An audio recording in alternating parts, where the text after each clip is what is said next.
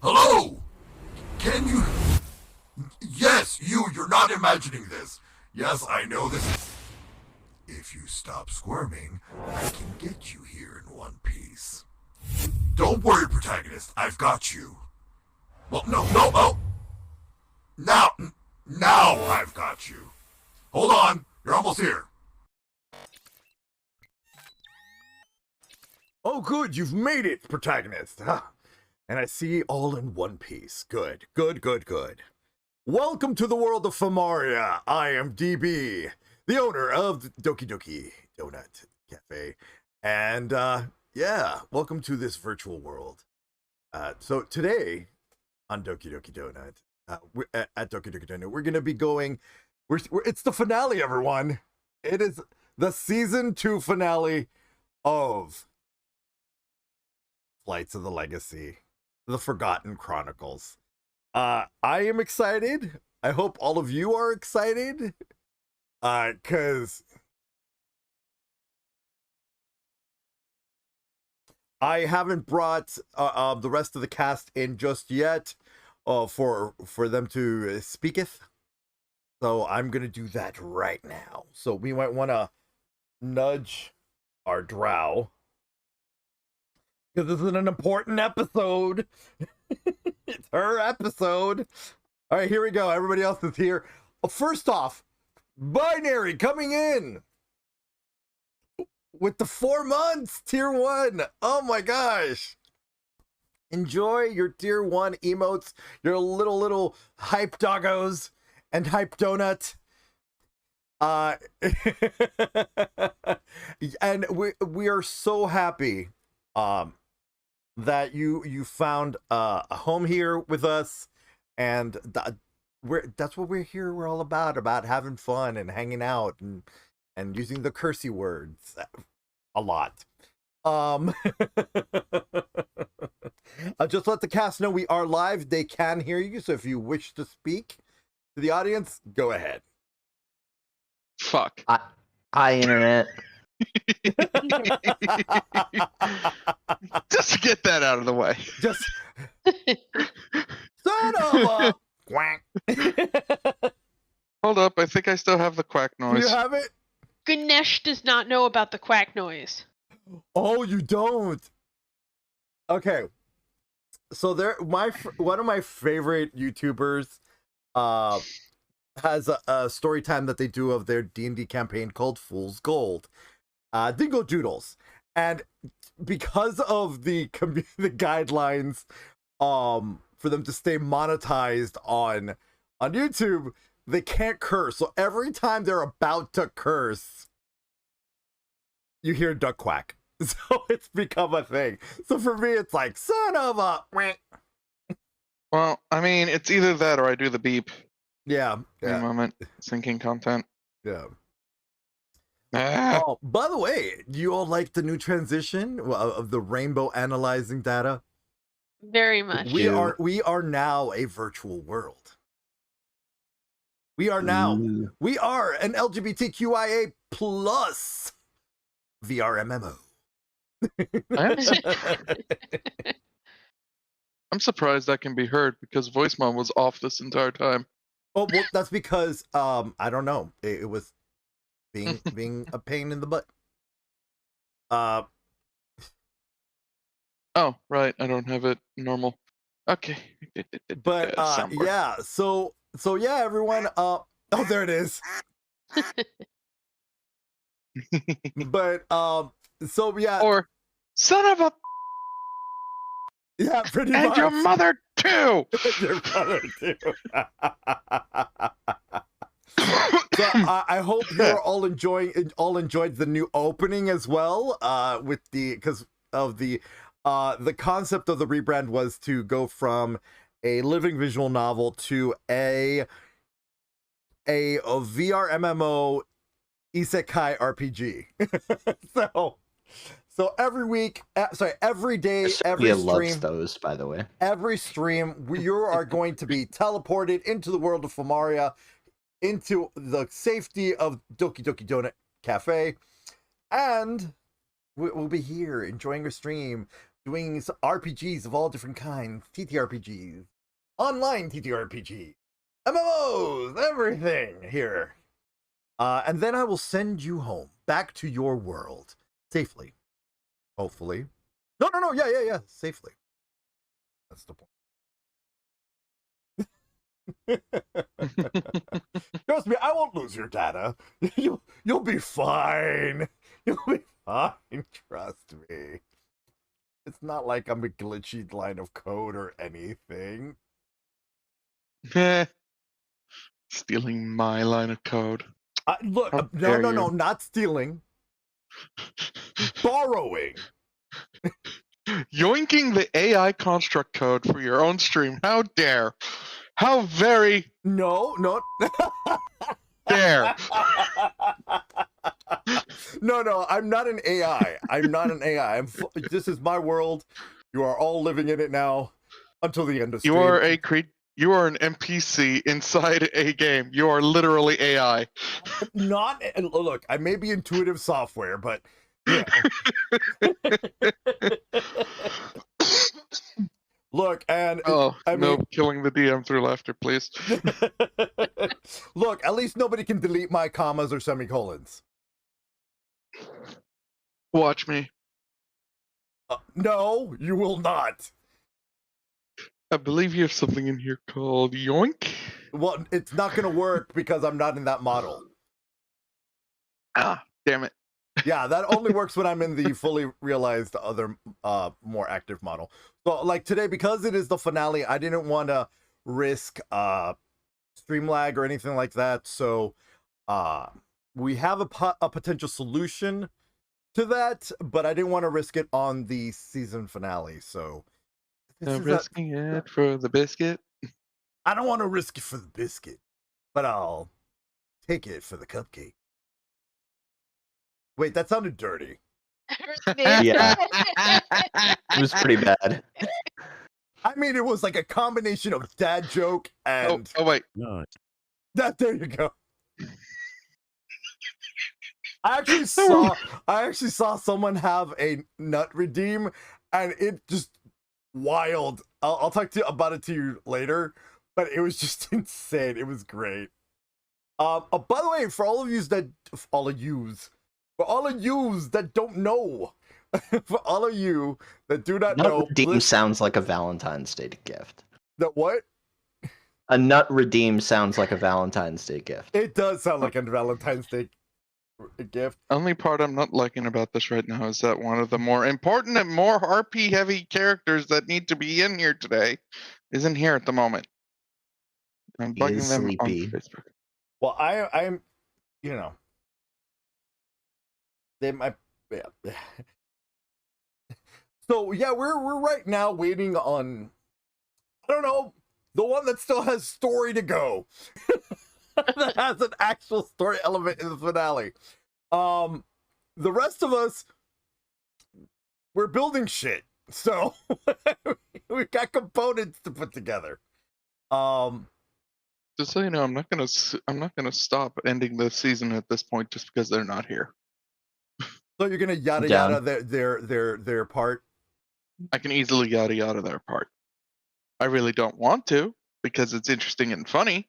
I cannot wait for that reveal because we discussed this. It was such a great concept for certain things that I cannot mention because spoilers.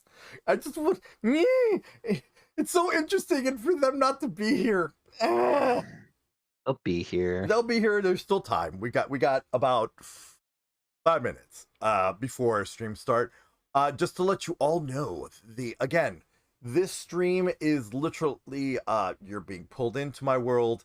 Then I kindly kick you out and send you back home because I mean, you know, Kindly, of course. Isekai anime. I mean, it literally, I'm the nice Tron type anime where you know, I only have you here to hang out, and then you go home, and you know, like think of it like Digimon, but better. You got me. Hey Naia. guys, sorry, I was looking for something and I didn't find it. Okay, no problem. We're live, by the way. So everyone, Yeah, I saw. Naia is Welcome here. to my device. It's finally here. Yeah, our plot device for the season 2 finale has arrived. I just want to go over a couple things really quick. We're gonna Oh, thank you, protagonist. Thank you so much for the follow. Thank you. Enjoy your follower emotes. And welcome to the season 2 finale of the Flights of the Legacy Forgotten Chronicles. Enjoy your time here in this virtual world of ours as we're about to embark. Let's see here. Also, really quick, I'm gonna go one by one, asking each of the cast their thoughts before we dive in. Naia, since you were late, you're gonna go first. How does it feel? No, I'm putting you in the spotlight. Yeah. Good. Oh yeah, you got the spotlight solo right now. How does it feel that we're now at the end of season 2? Kind of crazy that to think that we've been going a long time. It doesn't, but at the same time, it doesn't feel like we've been going a long time. It feels like no time at all. It's weird. It's weird to think, yeah, we've come a long way.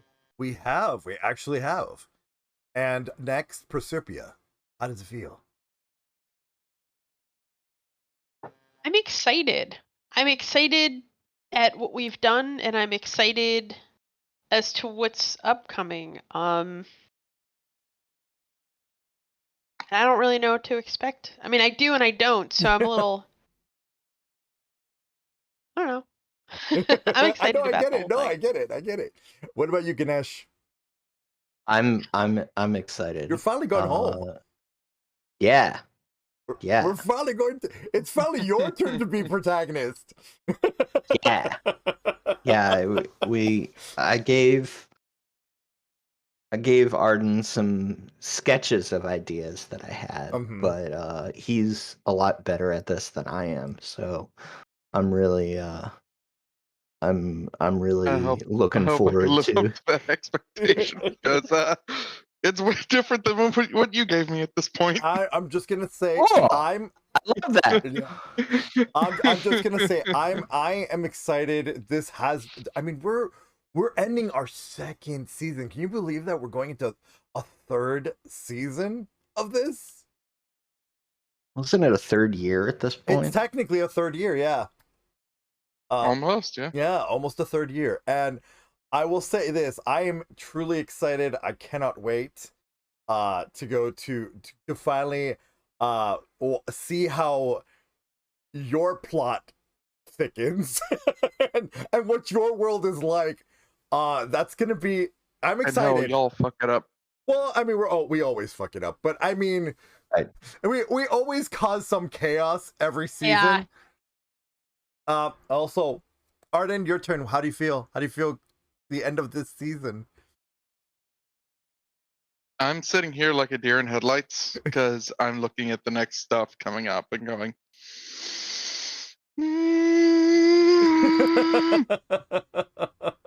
No. Oh, and emotional. Pretty much, I get that.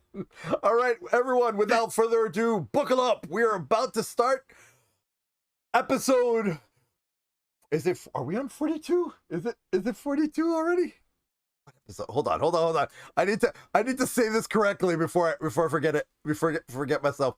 Yeah, episode 43. Sorry, everyone, buckle up. We're ready to start episode 43 of season 2, the season 2 finale of Flights of the Legacy, Artificing Our Futures.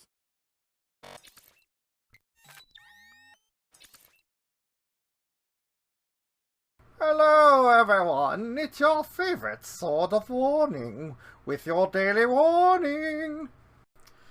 Dungeons and Dumbasses. Trigger and content warning. This episode may contain adult themes and not intended for anyone under the age of 18.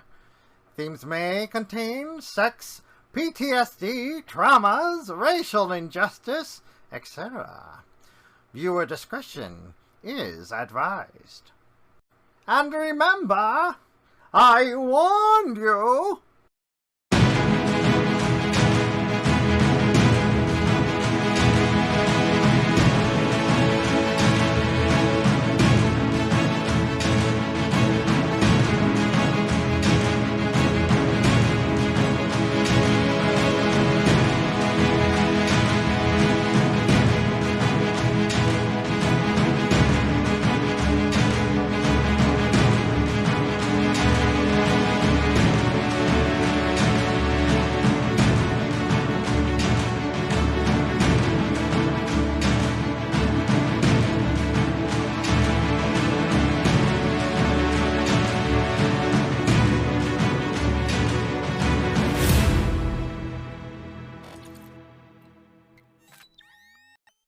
Welcome back. Hello, welcome back, everyone. Really quick, we're gonna, like every week, how we do, we're gonna have Arden go ahead and do, well, because some of you are new, we're gonna go through really quick introducing all the characters. Up on top is our Dungeon Master, Arden, who is also the captain of the Legacy, as you saw in the opening. What's up? I am Desi. I am the Doctor of the Legacy. Then there's Naia. Hello. Then there's Ganesh. Hey. And of course, Proserpia. Hey guys. And with that, where we last left off. All right, I'm trying to remember everything we did last time. Oh yeah, y'all fucked around in Waterdeep. We went searching for materials, and I almost murdered myself. So, last time, they went into Waterdeep to search for materials. Desi, who this entire time has had his entire being locked up inside, or his entire previous being locked up inside a piece of artifice given to him by Jace, who said, break the thing when you're done. It was a piece of artifice that Arden made. Long story short, he wasn't supposed to break it. He was supposed to. It was an easily open thing, and that would have allowed the merging of the personalities properly, or the replacement of his proper personality. But instead, the idiot decides to go and throw it against a rock. Doesn't break. Throw it against the wall. I am not break. Takes it, puts it on a rock, grabs another rock, and then scrunches it, nearly blowing himself to bits. I mean, kind of think like if kind of think Time Lord Watch from Doctor Who. What would happen if you smashed that?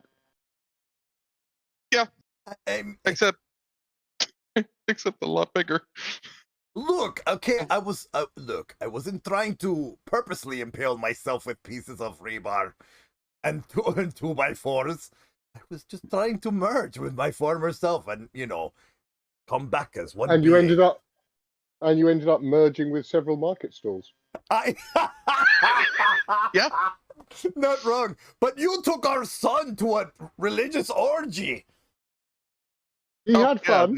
Nar also ended up joining the faith as a monk of Isle as a monk. Which will now be a euphemism for he had the snoo. Yeah. I do want to point out that it was fully consensual. That the priests of Isle are not like that. No. The thing is that he was taken aback. He didn't know what he was getting into because his mother, the drow, did not explain to her Null son what the initiation process was like. She was just like, oh, okay, we're just gonna do a thing. We're just gonna do a thing. Drags him off. Wait, why does this thing involve removing pants? It's like, mother, they're acting weird. No. mind you, Nar is an adult. So again, this was all adult situations that happened in the background, but fully comical also at the same time. But yeah, now Nar is a monk of Illustrae because he wants nothing to do with the evil god. So yeah, yay. Also, Naia, the daughter of Illustrae. And a goddess in her own right. She has questions. She? I think all of us have questions. I mean, it's like this is like she thought she had parent issues before. You think you thought you had mother? Yeah, you thought you had parental issues before. Yeah, now this is a whole new level. Proserpia and Ganesh made out like bandits in the marketplace, but then also saved Desi's life. Saved Desi from himself physically. Let's see here. They struck out a deal at Steam and Steel, so Desi's gonna help. Desi and Proserpia are gonna work together on their projects. Desi's gonna give her some adamantine for her project and help her with the armor of that. While again, they're just gonna, you know, what would you say is the word? Oh my God, what's that engineer term when you're working projects? Collaborating. They're collaborating. Yeah, they're collaborating. Here, I don't know, Proserpia, what did I miss anything?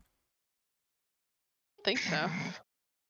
Ganesh. Oh right, Ganesh is 10 feet tall and it's got 4 arms. If you didn't pick that up from the last episode. Yes. Yeah, Ganesh got Ganesh got sort of. He got his species' innate magical talent unlocked, so to speak. Which we'll Thank find you, out. Ouijas. Really, thank you, Ouijas. He also may or may not now have a brooch of Ouijas on his clothing. Oh wow, interesting. No, man. I'm next time I'm at a city, I'm getting like a little relief of Ouija's carved into one of my tusks. Or at least one of the version that you saw her as. The pretty dragon lady version, yeah. Or maybe a Kali version, you know, it's fine. Yeah, basically, yeah. Oh yeah, she's totally Kali. She could totally, yeah, be a Kali style, yeah. All right, oh, without, I mean, if we're all ready, hey, DM, it's all yours. All right.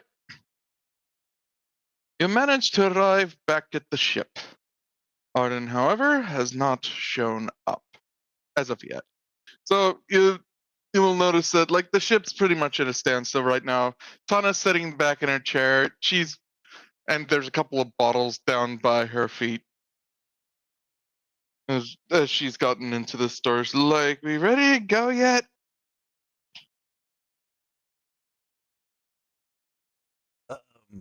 Where's Arden? I don't know. I thought he was going to join you on the way back. No, I believe he had a meeting with the Blackstaff. No, he did that.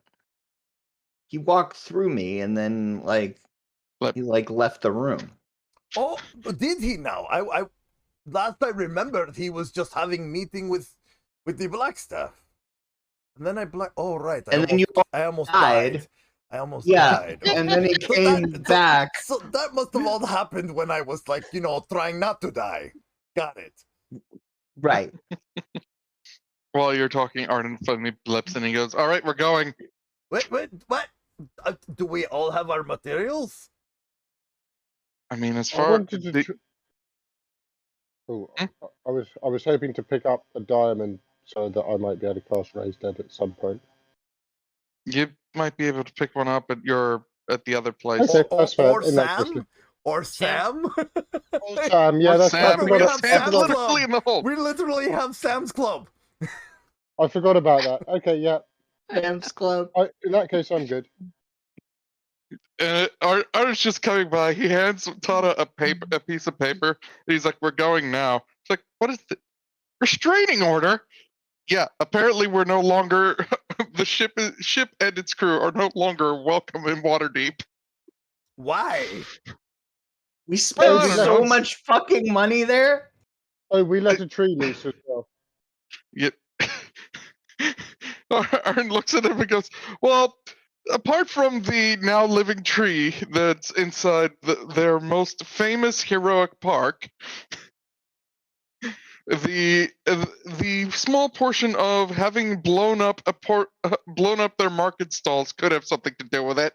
I didn't blow any. Oh, right. He goes, "And now I am literally magically barred from entering Waterdeep."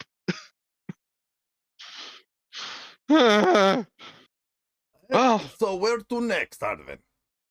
We're getting her back to her place. Points to Naia. Naia, what did you forget? I need to talk to my mother. Which one? My other one. The mortal one or the... Yes. Oh. Yes. Are you gonna try and snatch that sword again? Do you really want your family sword that badly? Just out of character, as I recall, that never came up. Yes, it did. Yeah, I don't think... Actually, it did come up. Season 1. Yeah, I thought it did. Season 1. Oh, right, the way back you in talked season a 1. lot about it in season 1. Oh yeah, that's fair. I did. Hence why your spirit weapon looks like your family sword.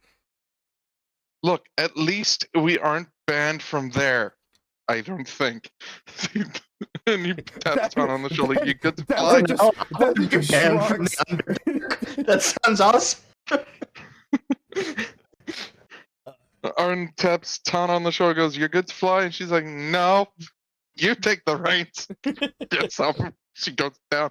Arden's like, "Okay, I'm flying." Well, I am taking Proserpia over to the lab. We're going to start working on the shell of her contraption. Very well, and have fun. So. Unless you're not okay with me yoinking you to work. No, we it's good. Okay. Why am I so coffee? Wait, hold on. If you're up to it, basically Desi, and just let me know if you're not okay with it. But basically, Desi walks up to Proserpia, picks her up like a doll, holds her like a football under his arm, and just kind of walks off. As you're walking off, Arden says, "Hey, in my room, there's a pack. I left a note in there for Proserpia." Well, stop in there first. Okay. Does this pack smell like skunk? No. No, it's materials. Yeah, and materials for other project. The less fun one. It's homework. It's Proserpia Artificer homework. So, if you will, give me a turn order. Oh, right. Let me... Sorry. Click on my icon, my token, and initiative. Damn it! By the way, is Naia's new token in the system? Damn, Proserpia! Jeez. You really want to artifice? You really want to artifice that bad? My role's like, sure, why not? Sure, why not? So, Jania. That's what cool. Those are her birth parents. The ones who raised her, I'm just going to send to you. Yep.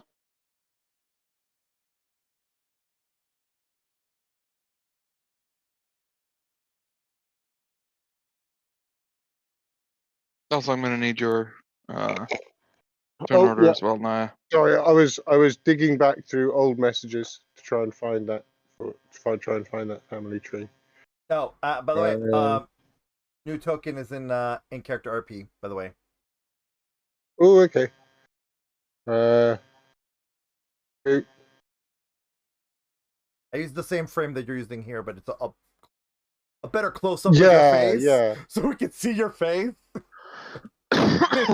Yeah. Also, Oh, pardon sure, me, let me stream just- for all my coughing. I'm meh. It's okay. It's okay. This is the finale. All is forgiven. Hydrate. I am hydrating. Moisturize you. Moisturize. Moisturize me. Oh, I'm so glad that is where both our minds went on. I know. My mind went nowhere because I have no idea of concept. My mind was already there. I don't have Doctor Who. no. Doctor Who. Yes. Moisturize me. Oh, is this the big skin with the face? Yeah. Yes. Okay. Yeah. Okay, I get it now. I get the reference. I get it. Why do I just imagine you now having the Captain America going? I got that reference. No, seriously. right. So you and Desi, which I'm just counting for movement purposes, you and Desi go down. You're outside of his office. You pop into Arden's room, and the pack is clearly on the desk. You open it up. First couple things drop down. Obviously, his various gauntlets and bracelets and stuff that he carries around with him all the time for some reason, and a note with your name on it. Okay. Not so much a note, but a folded paper. Okay. I guess I would take it up and. Sorry, I put you on the ground. Sorry, I put you on the ground because I was still holding you like freaking like a football. Like a football. Sorry. I put you on the ground. Like battle buddy mode. Well, no, not even. I like how sideways, like she was horizontal. That's how I was holding. I would take the pack, and I guess we can continue on to the lab. Well, first you take the whole pack. Yeah. Wait, we're taking his big? whole. Okay. Wait, no. No, you said it was a. I'm confused. I'm gonna put all his You stuff read back. the note. Yeah, the note is for you. Okay, I figured I'd read the note later, but apparently, I'll read it now. Okay. Let's see. Suggest, yeah. You open it up and it has blueprints to something that looks like a small triangular device. Ooh. From first glance, can I glean what it is? Can I assist in analyzing it? Give me an investigation. Okay. Can I help her investigate it? Yeah, so investigation at advantage because Desi's helping you. Okay. 25. You didn't need it anyway. So, from what you can tell, this is something that you're supposed to wear close to your eyeball. Like, it would go up onto your temple. And it's supposed to be what you have for the sentient device. Or for your sentient devices, like how you have for Noka Noka and all that. Uh-huh. But an enhancement for yourself. What? It's like a hair clip thing that it clips onto like your temple? It sits on the temple, yeah. Oh, interesting. Okay. I want to start fucking around with it. Are there any explanations? Well, it's the whole blueprint, so I guess so. Yeah. It's the blueprint. Nothing else for it. Oh, but there's nothing else in the pack. Nothing else in the pack that's for it. So okay. Well, Desi puts everything back into the bag because he knows all the stuff is rule number 4. If it's not yours and it's Arden's, don't fuck with it. Okay. I thought there was a pouch for me. I didn't realize it was just a note. No. It was sitting on That's the what I was saying, the pack. I didn't figure.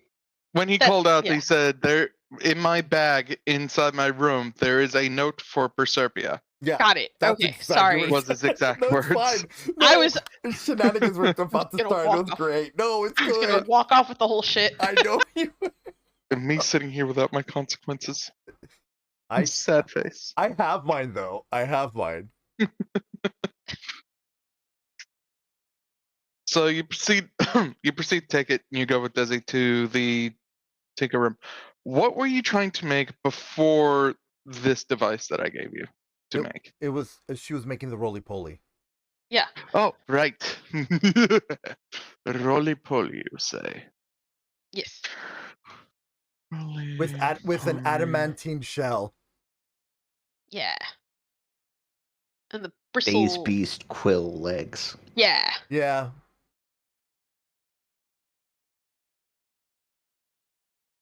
I'm trying to find a token. A pill bug. Sorry, a pill bug. Like a metallic pill bug. A robotic pill bug. Isopod. Isopod, yeah. Yeah. Commonly known as a roly-poly. Roly-polies. Pill bugs. Pill bug, yeah. Aww. I know, aren't they cute? Some various cute ones, but I think I like this one that I'm gonna. Please don't use one that looks like a spider. No, I'm not. Okay. This is all I ask. I think Naia's token needs an embiggening potion. It's really little. In general, OOC. Yes. So That cute. That is cute. There you go. I'm imagining that. I would have to actually build it and stat it, though. Okay. Well, I mean, it is for season 3, so. I mean, Yeah. that's what we're building here. So, Yeah. Yeah. Desi, if you can you turn that into a token for everyone else? Oh, right. Okay. Sure. I'm gonna need that token so that I can put it on a token. Well, give me. I gotta go to token stamp to do this. So. Yep, What's the token what's the thing that the bee has? The outline. Is that just It's just a. yeah. It's just a normal circle. Yeah, that's the one. That was because I made those. Desi is the one that has all the fancy borders. Well, this one's not going to be a fancy border. This one's just going to be it's gonna be like Noko Noko, basically. It's gonna have the same frame as Noko Noko. That just to make it easier. I actually am trying to copy that Noko Noko right now. Come on, just let me. Yeah. No.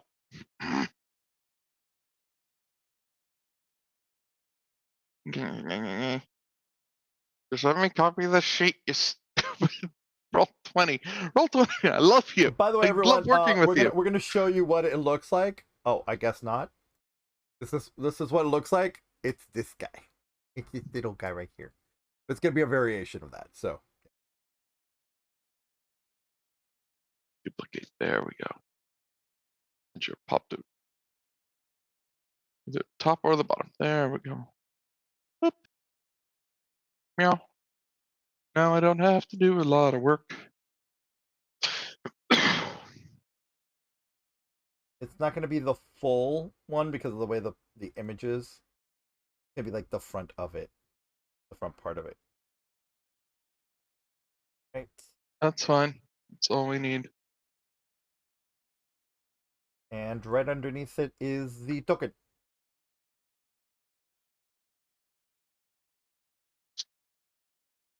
Meow, meow, meow. Meow. The wonderful things that happened, you know.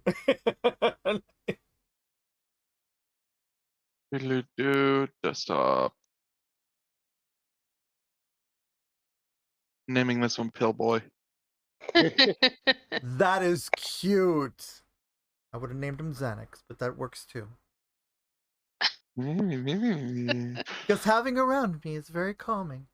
Pill Boy. We could call him Alanis because he's like a jagged little pill. Oh.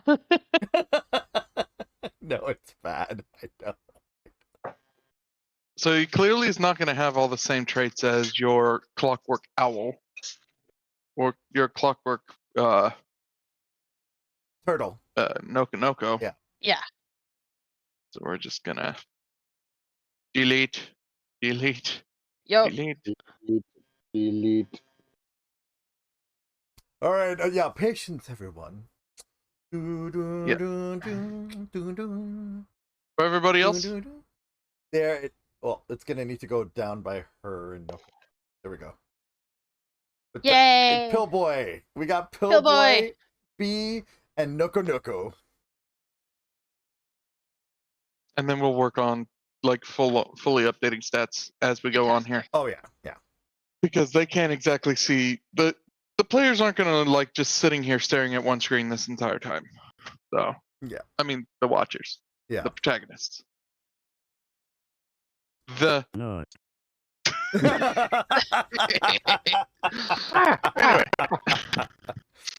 Anyway. So Proserpia, in order to actually for them to survive the process of being made, however, give me 3 Tinker Tools checks. At advantage because I'm helping? Mm-hmm. Okay. This is where you kill them. Hey! Don't make us disappear your sword. I didn't. Oh, good. Nice. Oh, nice. I'm just saying that's the sort of shit that would happen to me, so. Ooh! Yay. Nice. And look at you, Mammoth Heart extraordinaire. I know, right? Yep. So, anyone who doesn't get the reference, Final Fantasy XIV has things called Mammoth Hearts, which are like little sentient puppet hearts that get added to things that specific like gold crafters. Yeah, and the cool gold crafters and jewelers. Yeah, the cool thing about it is that the more expensive the Mammoth heart, or the expensive the ingredients into making the Mammoth heart, the more sentient it is. So Proserpia has become the leading pioneer in that field for this setting. That's why she's got 3 clockwork companions instead of just 1. So cool. I love it. It's amazing. Taking Wee Joss's notes to heart. You do realize that you can literally make sentient beings, right? But yeah, you don't have to stop with just a bee. Yeah, I know, really. I'm just. Is that what I'm it just. was? I'm just. Is that what her message was? Essentially, yes. Oh wow. I'm just now picturing at some point an enemy going to Proserpia. Oh yeah, you and what army? And then Proserpia is just enormous, just horde of machines.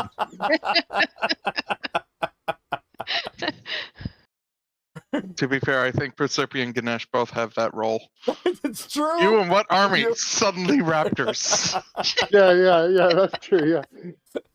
Magical raptors, because technically they're magical. They are. Huge. Why do I now picture your raptors in Sailor Moon Sentai outfits?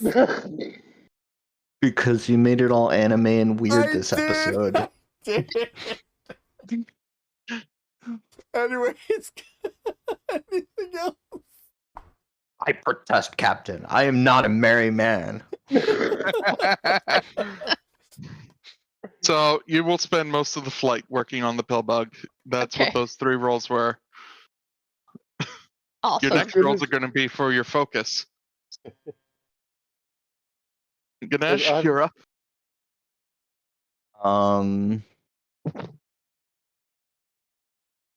I never got a long rest after taking 41 hit points of damage.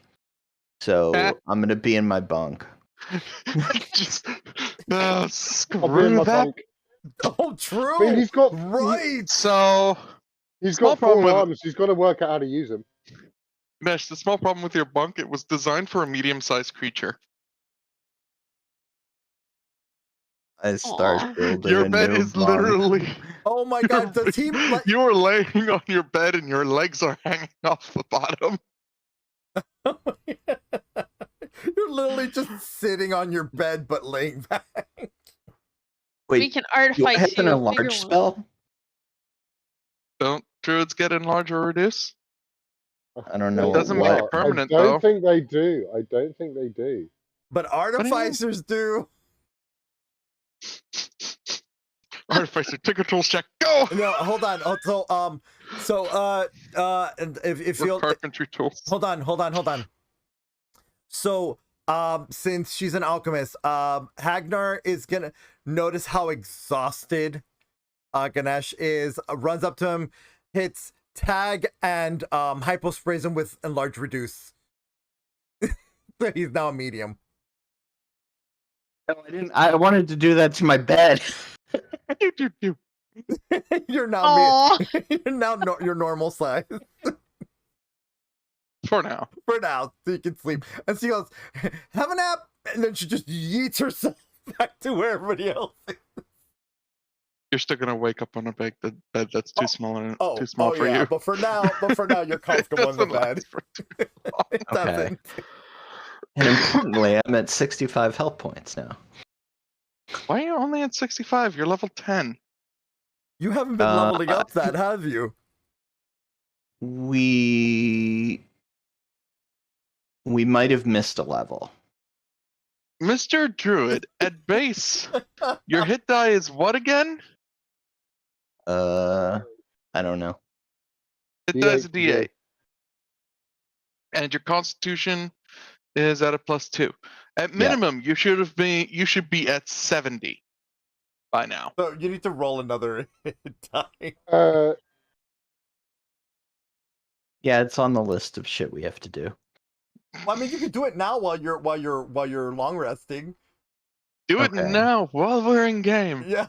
Show them the hit die rolls. Okay. So I'm doing 10 of them? No, just roll one hit die. How long has it been since you actually did a level up roll? Otherwise, I can knock you back down to 7 and we can have you roll 9 times. Or just say /R 9d8. No, because don't forget the first time you get your foot, so it would be 10 plus. That's why I said 9d8. 98. Oh, 98, yeah. Because the first one's Okay. always at max, yeah. 10 plus 9 sevens. So yeah, the minimum you should be at is 73. Bare minimum. Okay, so we need to average. So we take all the ones that are. So we take all the ones that are below 5, which is 1, 2, 3. So 3 of them are below 5. So 15, 7 plus 7 plus 8 plus 8 plus 7 plus 6. And map, calculator. Oh, fuck. Did it? No. Okay, audience, just so you know, we are in mid-flight +8 + 7 + 6 to Naia's home. Just so you know, that's what's going on. Plus 18 on top of that. No, wait. 2 times 9, that's 18, right? 2 times 9 is 18, yes. Plus the level 110. So you are at 86 health. There you go. New number, 86. Okay. 86. Nice. Now don't forget to do your hit die, mister. So there you go. That's how we do health, people. In order for health to be a thing, you roll the hit die. If you roll lower than what is the prescribed medium, average, or average, which on a D8 is 5. Now, to be fair to Ganesh's credit, he hasn't really been hit because of his army. No, because he's a coward and doesn't go into combat like he should. He stands on the edge and goes, "Go Raptors!" But I mean, that's his job, is being a commander of an army. Shepherd Druid is the army druid. It is. I know. Unlike Ivan, who's just I'm gonna become a dragon now. Yeah. Or a tree, or a were-tiger. It all the mood. He hasn't become a tree yet. Okay. And his tree form is a shambling mound, which we are gonna call Shabby, and it's super cute. Okay, all right. So anyway, so you're in your bed so that's resting. That's you. You were long resting, and you got yourself your appropriate health set up. Jeez Louise. I mean, it is the season finale. Yay! We're double checking and making sure everybody's characters are good. Okay, Desi. All right. I know what you're building. Give me 2 Arcana and 3 Tinkers. With advantage because Proserpia is helping me? Yes. Only on the Tinkers. Only on the Tinkers. So 2 regular. Okay, so just ignore the advantage on the Arcana, okay? Yep. So 2 Arcanas. 1, 2, and then you said 2 tinkers. Yep. Sure. That's with my. I heard 3 and 2. I can't remember. I heard which 2 one. I said 2 and 3. So 3 tinkers. 3 tinkers, and that's using my dex. That's using your int. It's not my dex. I thought my artificing was on my dex. This is true. But Artificer usually uses int when they tinker with things. Oh, okay. So then, oh boy. All right, here we go. Here's 1. Good thing this is an advantage. Why can't I have a Proserpia stat? You can use Dex for your tinker. I'm being mean. Don't worry. So can I reroll all 3 of them that way then? Yes. Thank you. Oh, about that. You need to roll high. Why are my rolls stinking the poo? You have 1 more. Well, you said I could. Well, yeah, I'm not going to reroll. Please. Okay. That's nicer. Mm-hmm. So far, in theory, you can know how it works and how to build it. You have the math off. So, okay. Can I have Proserpia roll for the math? Check my math. Do you, yes, Proserpia. Yes. Roll that investigate. Okay. I need you to help me check my math. Something's not right. Normal? Mm-hmm. Okay. Oh, and also give me an Arcana roll while you're at it, Proserpia. Jeez! Overachiever. Yes, thank you, Proserpia! There we go. Holy crap! Thank you, Proserpia! God damn. See, this is why I have the best lab partner. So, she's sitting there and she's going, well, you have the frame sort of right, but 1, your runes are all off. And 2, why are you putting all the wires in such odd places? They need to be streamlined and inside the device, not outside. Oh. Essentially, what she did was take your entire blueprint that you had and then tossed it into a bucket and set it on fire, and then redrew it for you. Wait, hold on, wait. But wait, that wasn't inside? No! That's what the wires weren't inside of that blueprint I made? Okay. While we're at it, we're going to teach you how to draw blueprints. That's essentially what's going on. Look, I'm really good at surgery, not this. And that's why you were thinking about it in an anatomy. We are working with engineering. I mean, anatomy, engineering, tomato, potato. Somewhere off screen, Arden. Wait, why am I twitching?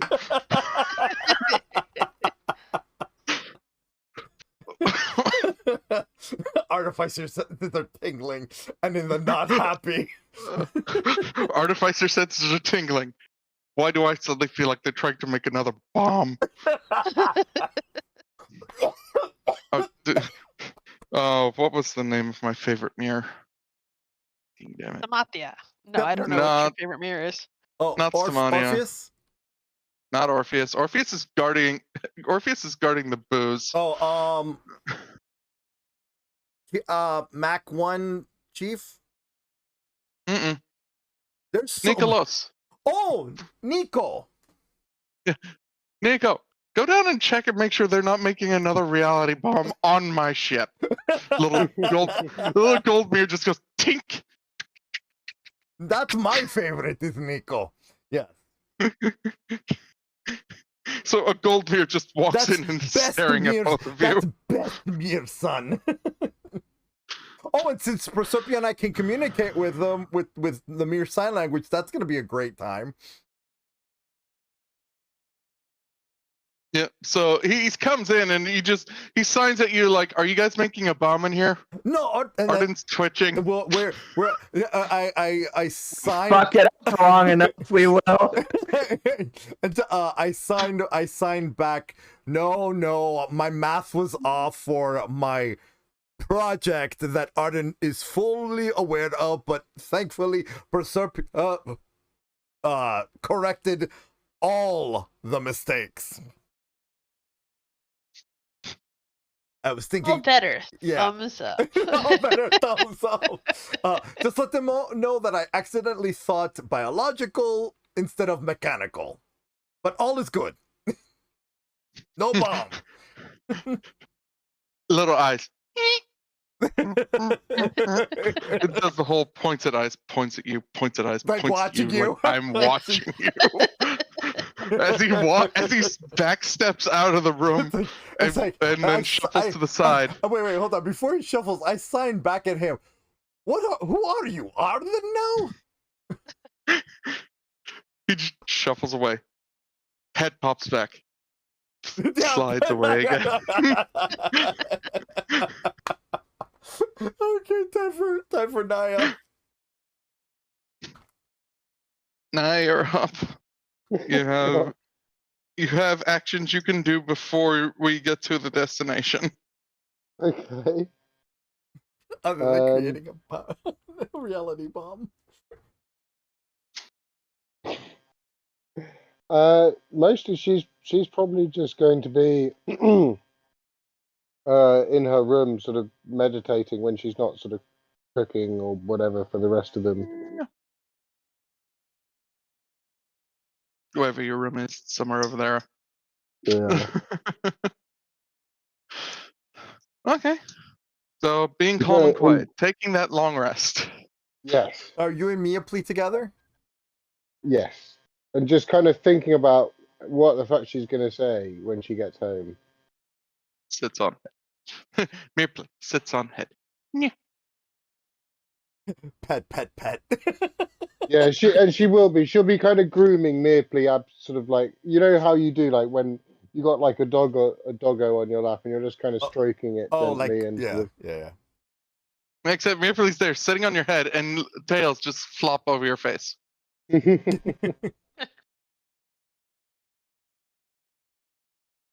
And she starts yapping at you while you're doing that. No, just starts giggling, and she does that kind of, when like a character's hair falls over their face, she just kind of does that thing where she just blows it, like Yeah. Okay. Oh wow! Loading screen. This is not a loading screen. This is not a loading screen. This is not a definitely loading screen. Oh look, it's now a loading screen. From my perspective, that scared the shit out of me because I'm zoomed in and it just came up saying, and it just came up on my screen just saying, "Ding."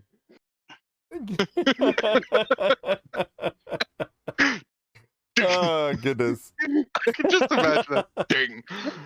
I'll show you my screen. I'll show you what just suddenly appeared on my screen.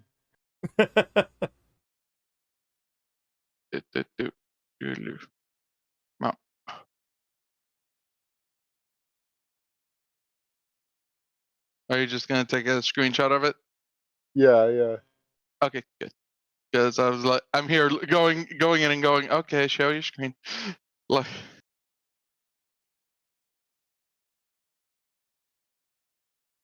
I'll put it in general. Oh, ding! Ding! Yeah, that would surprise me if all of a sudden it goes ding! Okay, alright. Oh, we got new tokens. Okay, hold on. Blip. Blip. Alright, new Desi token. Oh, jeez. Holy moly, Desi, where did you... Proserpia, new token. Oh, okay. Blip. Ganesh, new token. Flip. Is Hagnar coming down? Whoa. Okay. Flip. Why are they so big? I'm sorry, and I made them 512 by 512. I don't know why they did that. I don't know why they're so massive. Flip. And then here's Ganesh. That looks about right size to me. Let me technically. I'll hold on. I'll take care of. There we go. There you go. Yeah, just so everybody understands, Ganesh. We're all considered medium-sized creatures, except for Ganesh, who's now a large-sized creature. Are we doing turn order again? It should. Oh, it did clear off, didn't it? Yeah. Here. No, actually, I'm gonna have you guys following behind a little bit. This is Naia's portion after all. Okay. All right.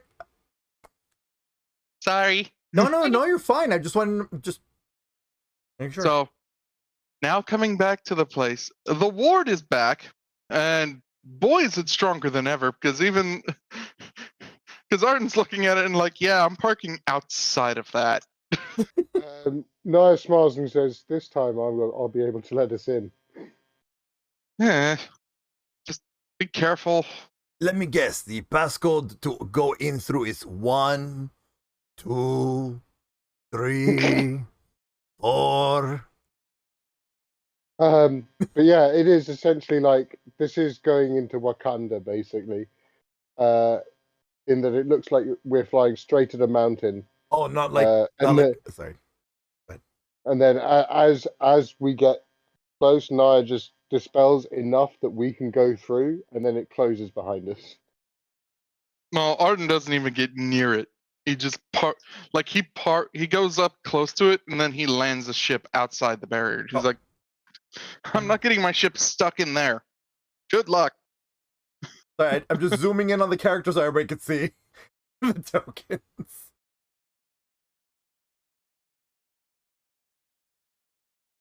So now you get them to the barrier. It opens up to your presence. Well, kinda. You do the dance. You did the chants, and much to your surprise, the barrier opened up right before your eyes. She smiles and she says, "It is good to see it's back to full power." The rest of you, what you see is what looked like a landscape of a mountain, but where you thought was where you were before, except now it actually looked like a landscape before she opened up the doorway to what it looked like before to the rest of you. Ah, okay. That's crazy. And just because...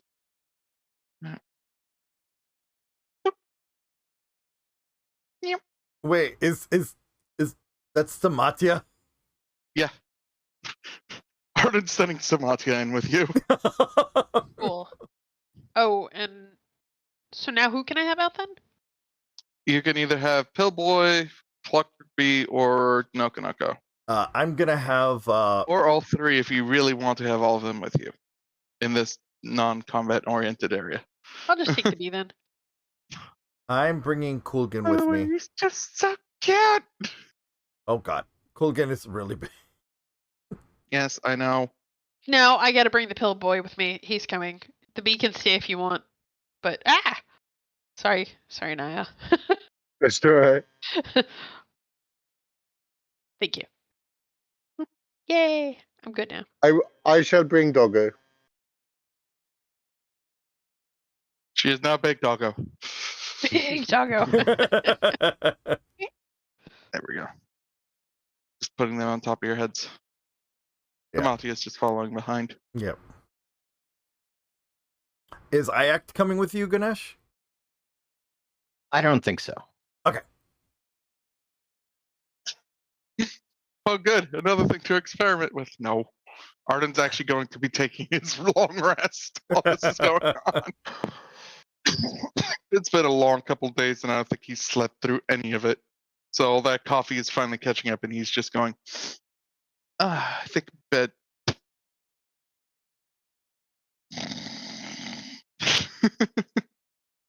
All right. So yes, you enter, you go in, and the drow don't seem to be as trigger happy this time around at your approach, since Naia is going in first,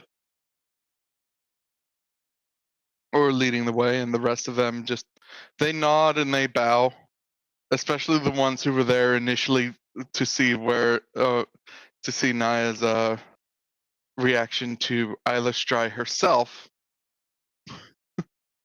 saying hello to what is supposed to be her daughter. Missed that. Is Alistair with us? Nope. No, this is what happened before. Oh, okay. So some of them are bowing, other ones are full on prayer. Because they know that she's a deity. Naia looks like kind of deeply uncomfortable. I would be too. I would be too. A fair woman of a drow proceeds to walk up to the party. Naia, you would know her as Viana. Gonna get it right this time. Hey, Mum. She says, "Welcome, child." Oh, sorry, Con. We have much to discuss considering recent information that's come to light. Yes, we do. I do hope that we can provide some accommodations for your friends. She smiles, and I would hope so. It'd be Will nice. they be? Oh, sorry. Will they be requiring to go through the cleansing then? Oh, God. Can you just send me what that is? Because I can't remember. I'm making a joke of. She's asking if they need to go through the same rituals as Nar went through. Oh, Desi stares at you hard. No, that will not be necessary. Unless any of them wish to. Desi crosses his arm and stares hard.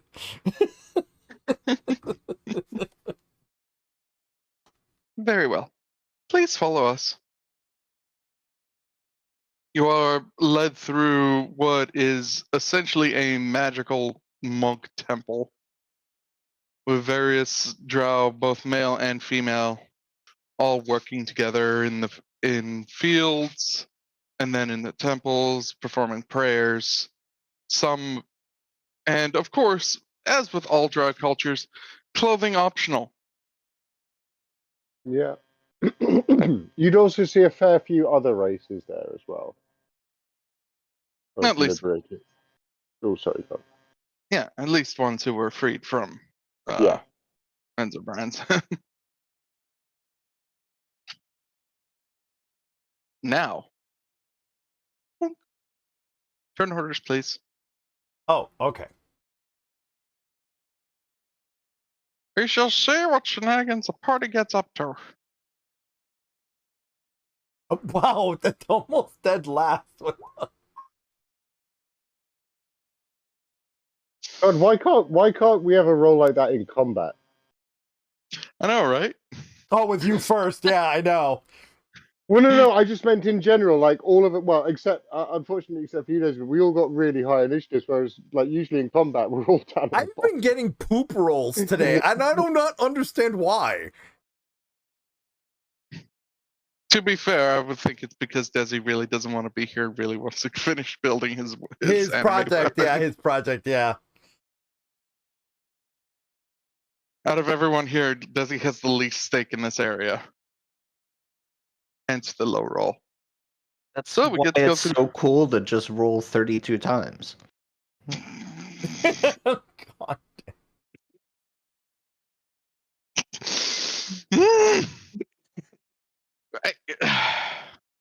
Defeated DM size. Anyway. One moment. You give me back my luck, Binary. Okay. So nice that you are first. I believe you are separated from everyone else. I'm walking with Vienna throughout the temple.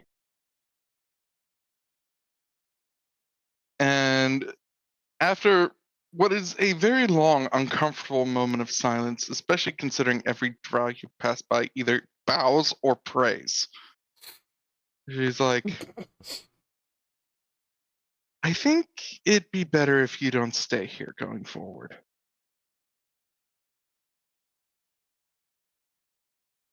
Better for who exactly? Your sanity, I would probably say. Yes, perhaps so. Your presence and the information coming to light and having made public has sort of started a bit of a schism. I'll be honest, this isn't exactly how I pictured coming home. Neither did we. It's not often your own goddess comes home to pay you a visit and then tells your adoptive daughter, "Oh, hey, by the way, you're my daughter." She does the whole waving with the hands thing too. Okay, that's interesting. Because I didn't know she was adopted either. What? Well, I mean, isn't she your grandmother technically? So that isn't that great, technically great so, aunt. I mean, great but aunt. still, technically, that is your adoptive mother. Like, yeah, I suppose so. Yeah, it's in that context. In that context, she nods a little. I suppose so. It's not every day that happens to you either. I'm a little bit confused, Mum. I'll be honest. Aren't we all? I mean, what happened? Oh, I mean, you saw it yourself. She did kind of just show up.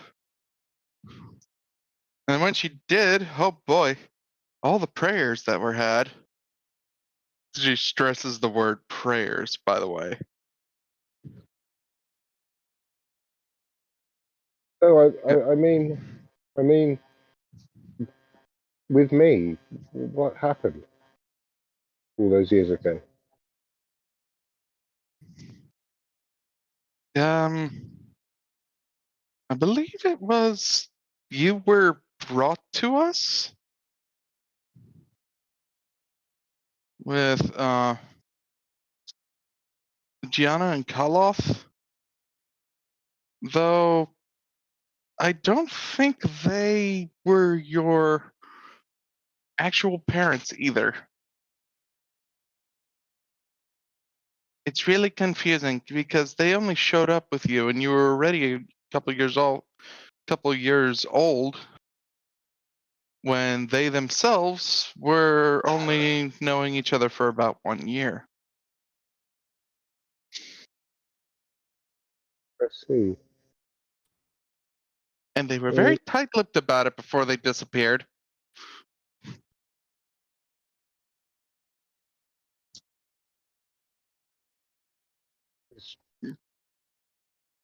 What was this about a schism? Well, some of the Drow want to make you the leader. You know, the grand head, considering you are literally demigod incarnate.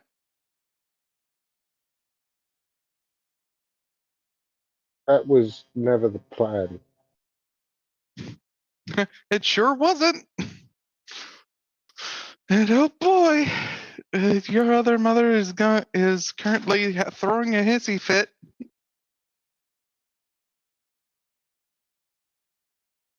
Cause you know how we said you would take the trial for the sword? Yes. Well, take really, really old sword, like really old. So old that most of our records don't even know where it began, empowered by the most deific power in existence to remain a magical weapon, Now imagine what would happen if all of this beefic power just got removed. And with that, it is time for us to take our break. So, protagonists, we will see you in about 20 minutes. This is our dinner break, and we will be right back.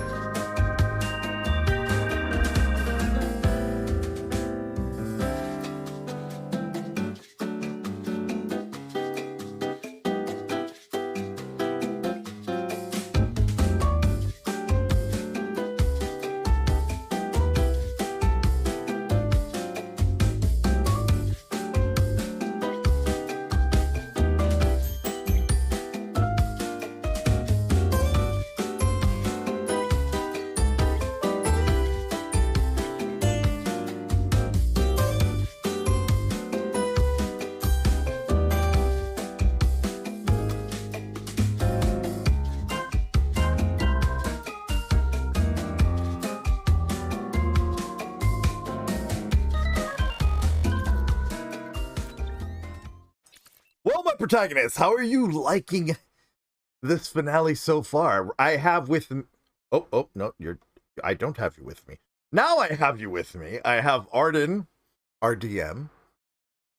Meow. Also, who's not the plot device this episode, for once.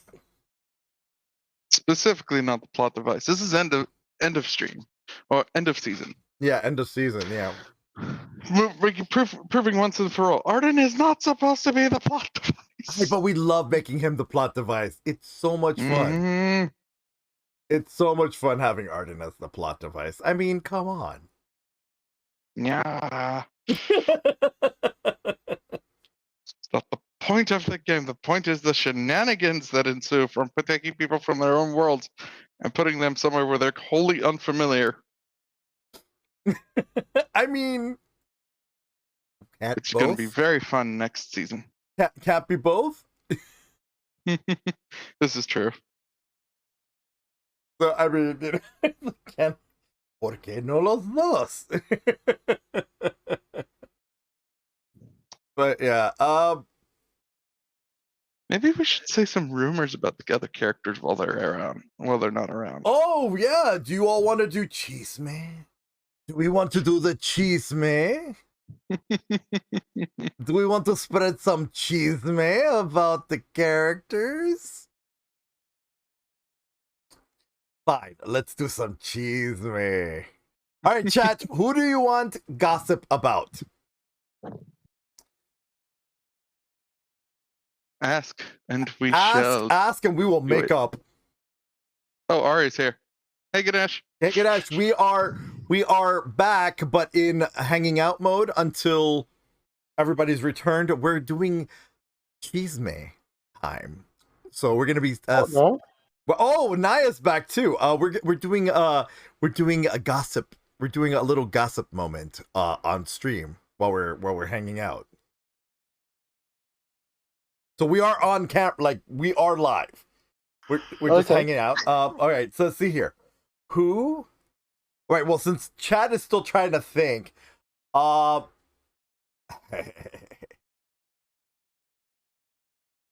let's have a little gossip about Arden. Oh wait, hold on. I don't know, as I'm half asleep, Dirk, trying to sleep with Arden. Why? Yeah. All right, so apparently Binary is somehow planeswalked into your room and is sleeping on your bed. Oh, okay. So you have a fairy dragon. Do you have a fairy dragon sleeping on your bed? Sorry, Binary, you are now a plushie. Congratulations. Do not be on Arden's bed. He will hug. Yes, yeah.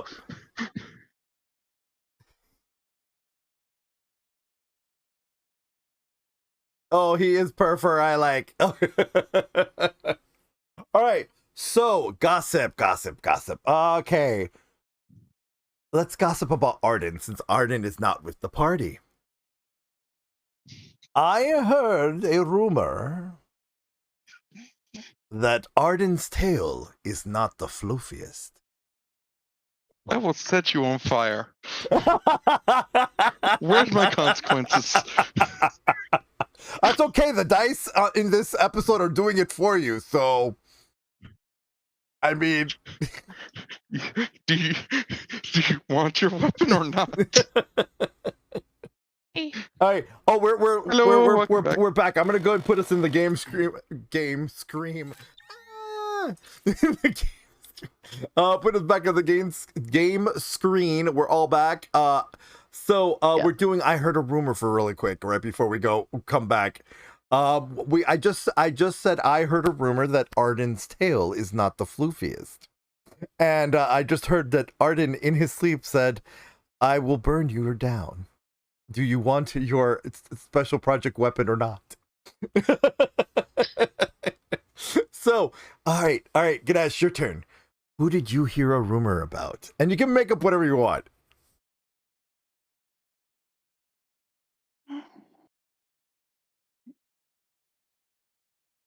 I heard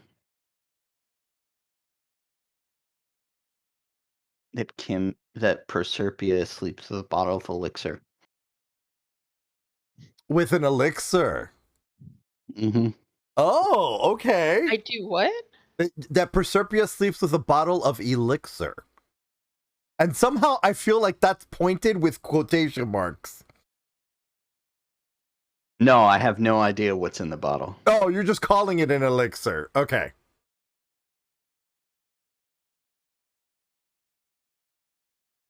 All right, Proserpia, your turn. Who did you hear a rumor about? Ooh. Could be any character you want.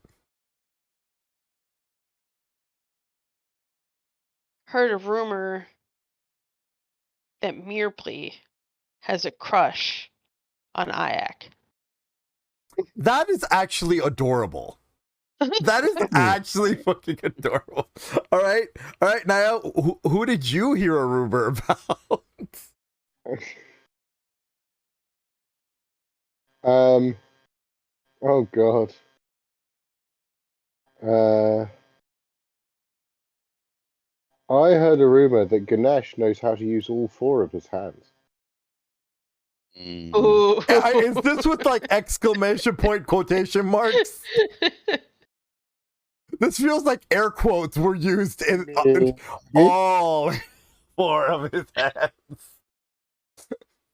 Okay, Arden, who did you hear a rumor about?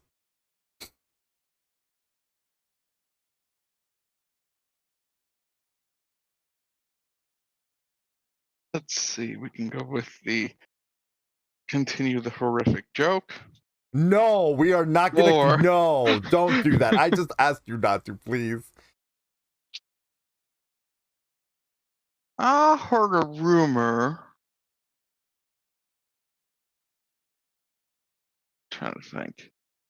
Damn it. Coming up with rumors is really hard for me because I don't like telling lies. Well, it's not a lie. It's just a fun little guess about a character. I heard a rumor that Cog is actually biologically related to the egg. Ooh. Ooh. Okay. All right. So the KWC, they heard a rumor that Naia is her own mother. Dun, dun, dun! It wouldn't be any weirder than the truth at this point. And that is the end of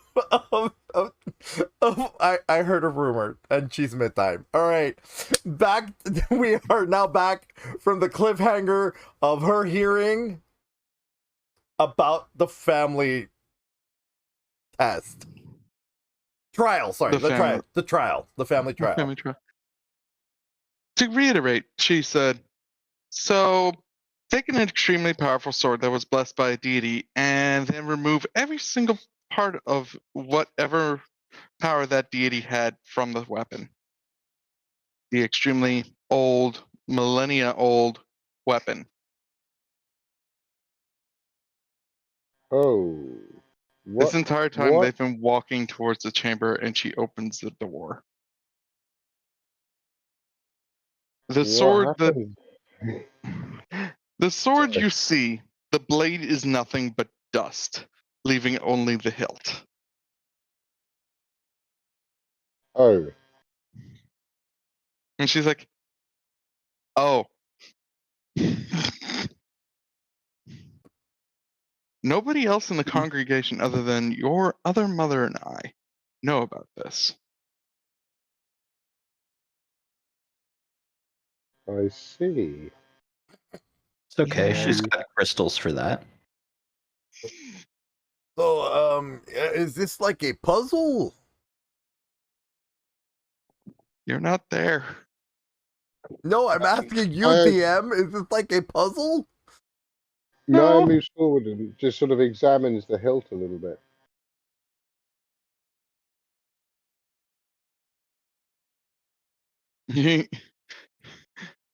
And Vanya just looks and goes, yeah, that happened. So when Alistair came down, that sword practically evaporated along with the wards.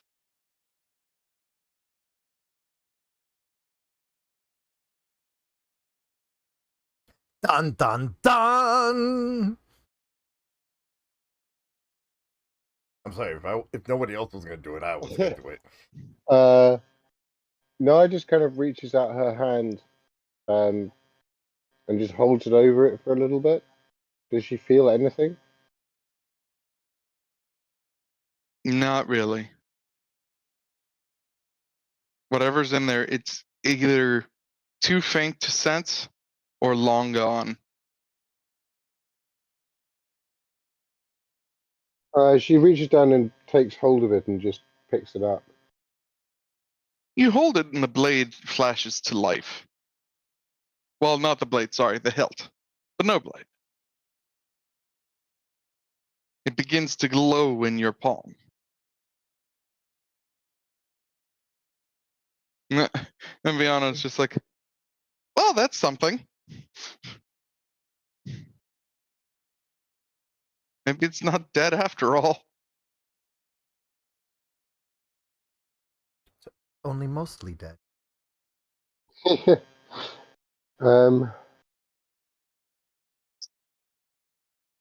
This is unexpected. I mean,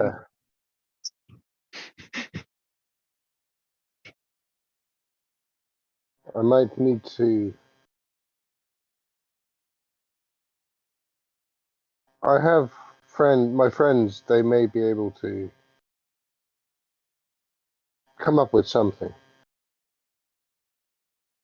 well, consider it your trial. You're probably going to have to end up reforging it. Or reforging the blade portion anyway. Indeed. She kind of, you can see it, she kind of weighs it in her hand a little bit and just sort of moves it around. And just kind of looks at the hilt a little bit and then kind of almost reverently kind of clips it to her belt and nods to Viana. I shall do my best, as always. Heck, oh, I have no doubt. It's going to be pretty fun when that comes through. But yeah, apart from basic pleasantries, you're probably not going to be staying here very long.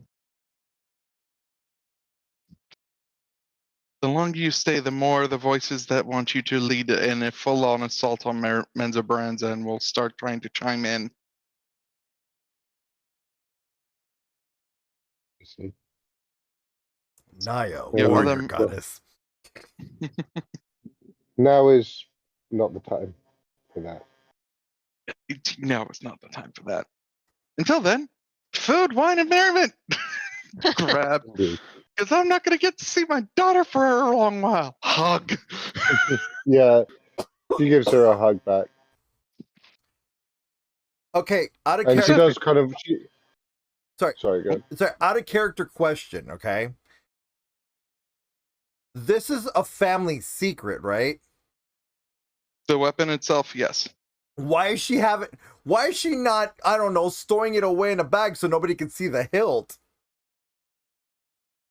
Because nobody else knows what it looks like. Oh, but isn't it like on every emblem of everywhere?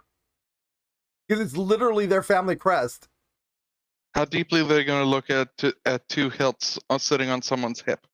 I'm just asking. That's why I'm just making sure that this is not like that we're not creating an emotional damage bomb here before we leave. The crest itself is very stylized. Probably the only people who would have actually seen the sword are the people who kind of tend to it, the kind of quote-unquote high priestesses. Okay, I just wanted to make sure that we don't accidentally fuck up your people before we leave. Yeah. AKA high priestess, AKA her mom's. Yeah. Or her aunts in this case. Yeah. Or whatever you can consider her relation to these beings that are not directly linked to Eilish Dry. But as she hugs Fiona, she does kind of whisper in her ear. She said, "You're still my mum." No. She goes, "Good, because I'm not even going to let a god take you away from me." Aww. Okay, that's sweet.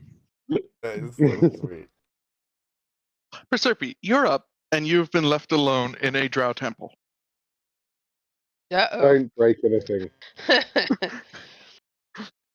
Was that like the last thing she said to Proserpia before she left? Yeah, it would kind of be like, don't touch anything. I would say give me a perception check, Proserpia. Yeah. Let's see what we got. It's a perception. You notice maybe about one of the drows giving you the look down, look up smile as they walk by. I'm gonna wait till they finish walking by, and then I'm gonna see what I can find. Oh, she's going thief mode. I love it.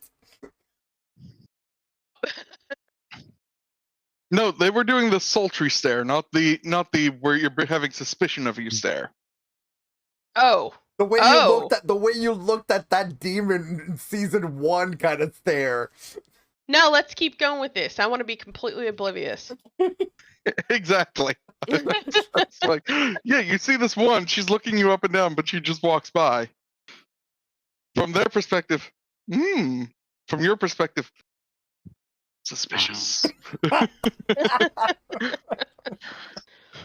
But as she's walked by, you have pretty much free reign to try and find whatever you want to look for. Okay.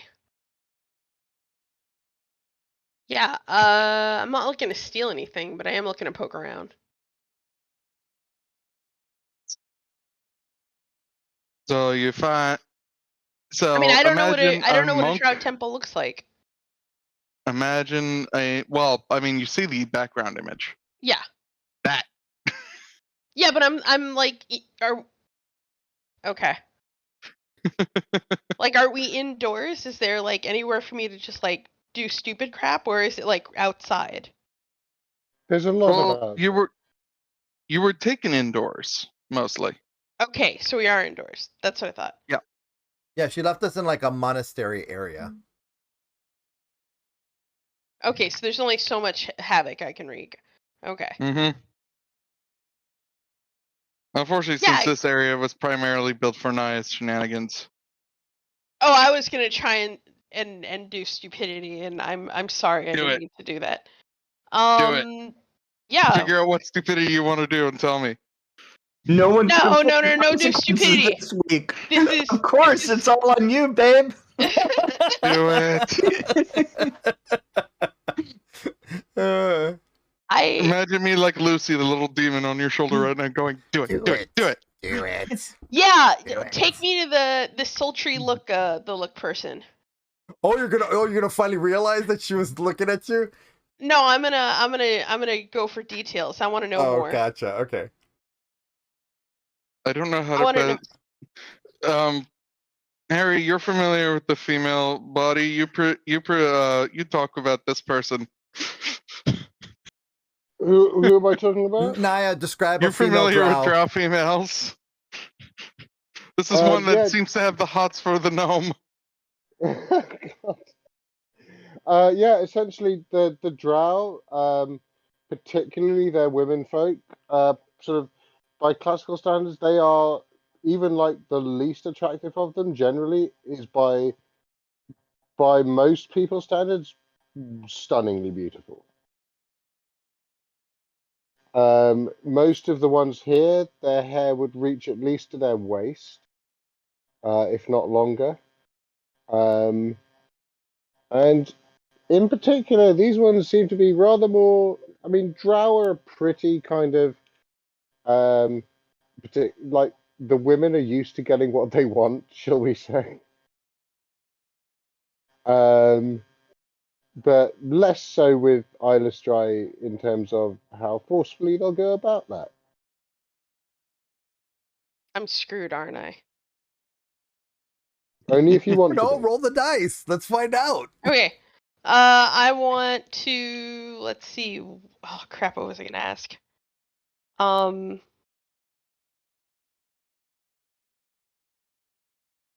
ask her if there was. Oh, I can't remember how I was gonna phrase it. Do you want to phrase it like a bard would? What do you mean? Do you seduce the drow? That's what I was about No, to say. I was gonna Seduce ask. the drow. I had a. No, I had a pointed question, Oh, go for it. and I was going to ask the drow person the pointed question, and I totally spaced on what it was. So sorry. Go. So you want me to come back to you then, so you can Yes, think of come back to remember me. that question? Yes. All right, feel free to pop in with that question at any time. Cool. Ganesh, give me a perception check. Perception.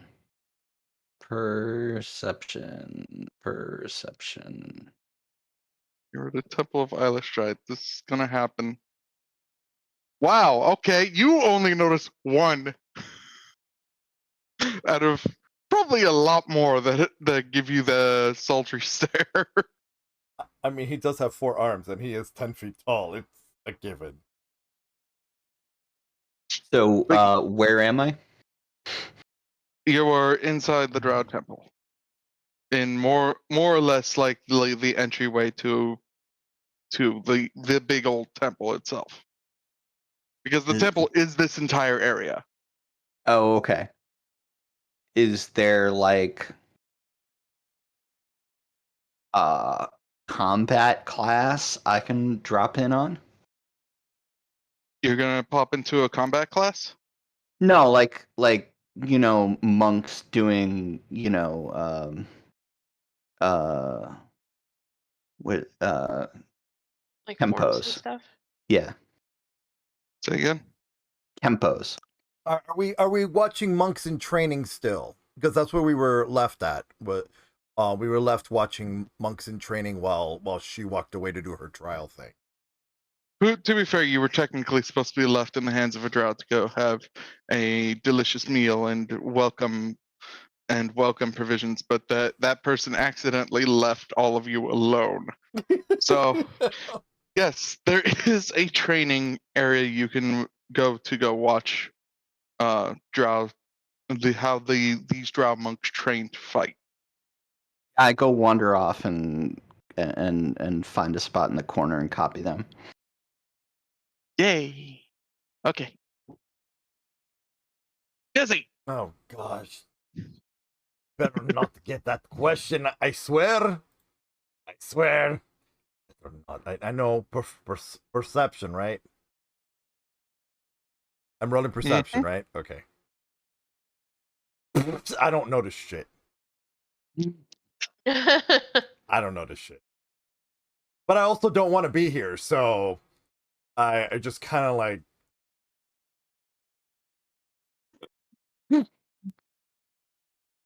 Desi. Okay, wait. Hold on. Wait. Your libido follows your instincts. No. Okay. I'm trying to think. Now that Desi's full on Desi again, with still mixtures of Ardenisms, still kind of remnants in there.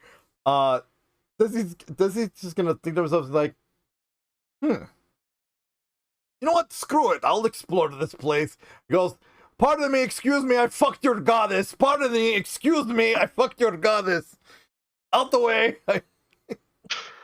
Wow. Roll persuasion. What? Roll persuasion. 22. Oh, shit. Excuse me, pardon me. I fucked your goddess or goddess's demigod child.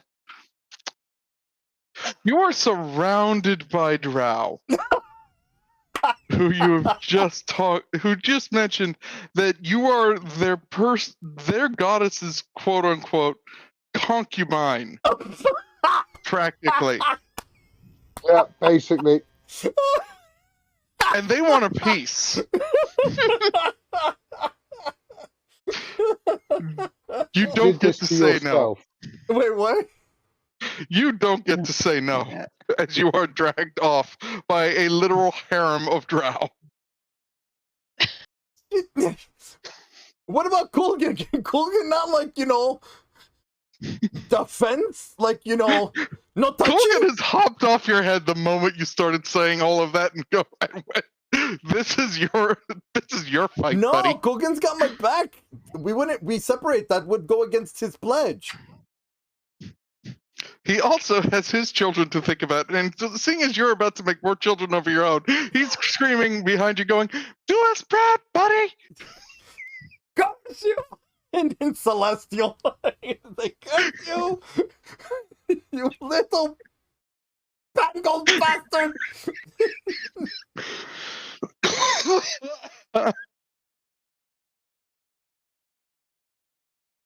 Fade to black. Like, I mean, and by the way, this whole thing, literally, if you're a little lost at what I just did, was basically, excuse me, pardon me, I'm gay. Excuse me, pardon me, I'm gay.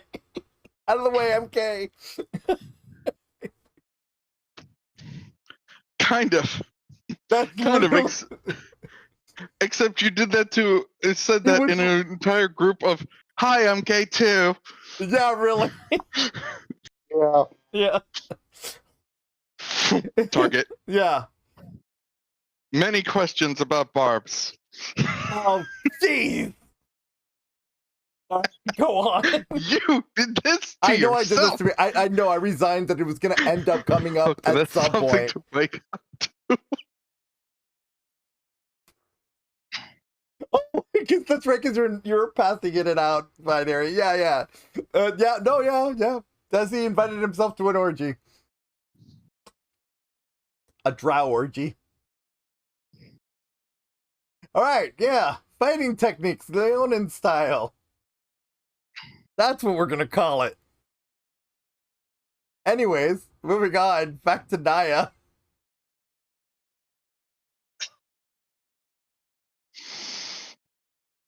Naia, you were led by your aunt through the mid.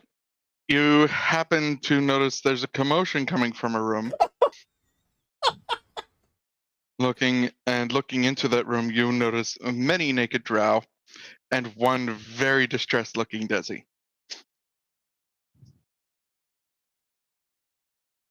Naia just raises an eyebrow. Desi waves for assistance. Please get me out of here. Gentle, my sisters, gentle. Not gentle, fuck gentle, get me out of here! You keep walking with the aunt, and she leans over and whispers the obvious question in your ear. Oh, God. Which I won't say aloud for Desi's sake. No, go ahead. Might as well. We're here already. Is it barbed? No, just grins. Why are you kidding me? I think I probably should rescue him, though. Oh, no, I'm sure they'll be gentle. Maybe. It's been a while. Oh, jeez. Consequences. Hold on.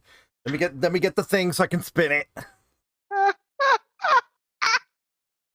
I mean, this would be the time to do it. I mean, this is okay. Yes, you're about. This is the first time I've approved of the timing of consequences. Okay, all right, here we go. How many times? Binary, just type stop when you want me to stop.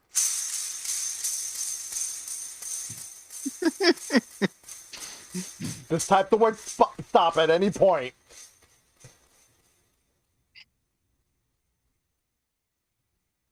And I'll privately message. Okay. I'm going to privately message Arden what it was. And we shall all find out momentarily.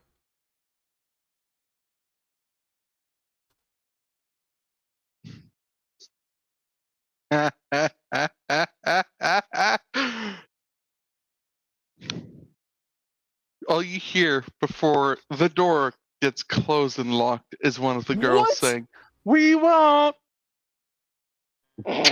We won't be gentle? Have you met women? No, there's both men and women at this party.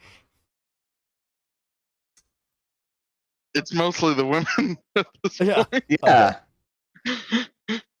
But Desi, you just hear as they close the door. Oh, we won't. I won't describe what they do after that, but Desi's gonna have some emotional damage. Desi already has emotional damage. Naia didn't rescue him. Be gentle. I never shall forgive you for that. Anyways, go on. Now it's still your turn. You are taken to the feasting hall to enjoy the feast.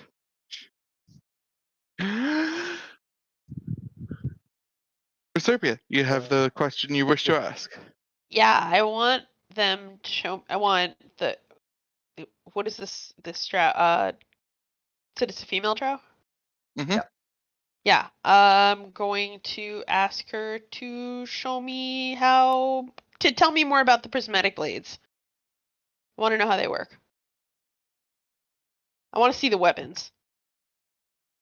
She's like, I'm not sure about the prismatic blades you speak of, but we do have moon blades.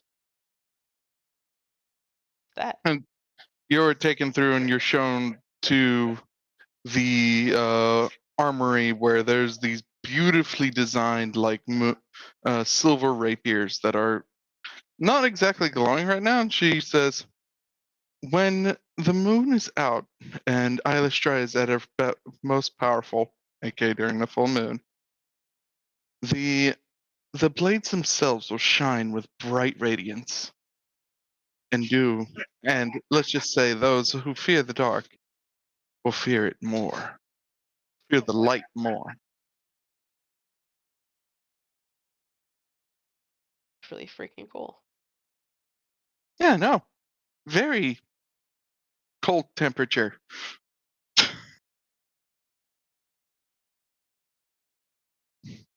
Cold temperature? Cold temperature. You said cool, thus cold. So yes. Oh yes. And the blades are temperature. Oh, okay. The blades are made with cold steel, so they do very well against the Fae. Huh. I don't know.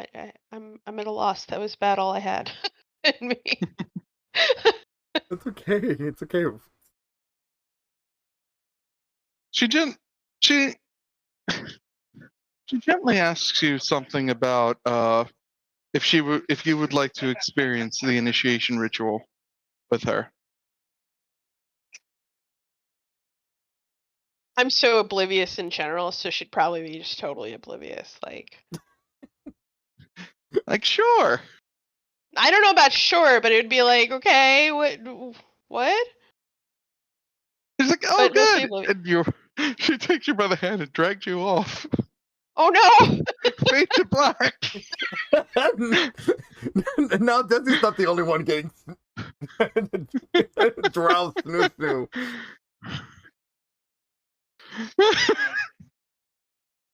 I can't even make this up. This is their religion. This is their religion, yes.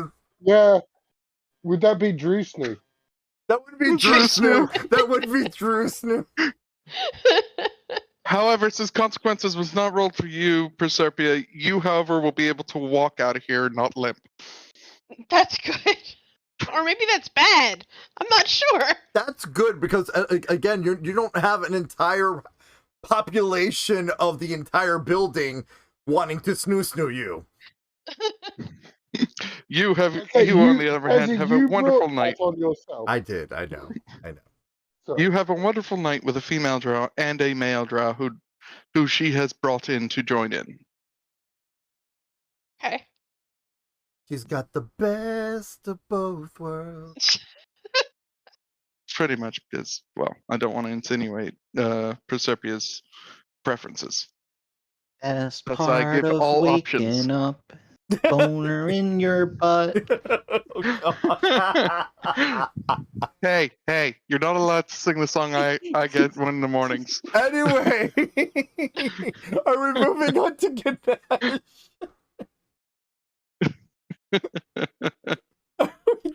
Okay, that just leaves Ganesh and Naia are the only ones who aren't currently engaged in some sort of coitus for the rest of the day.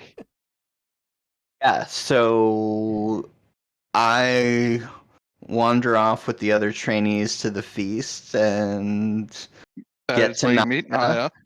And it's like, where is everybody? I know where Desi is. Okay. I don't know anybody.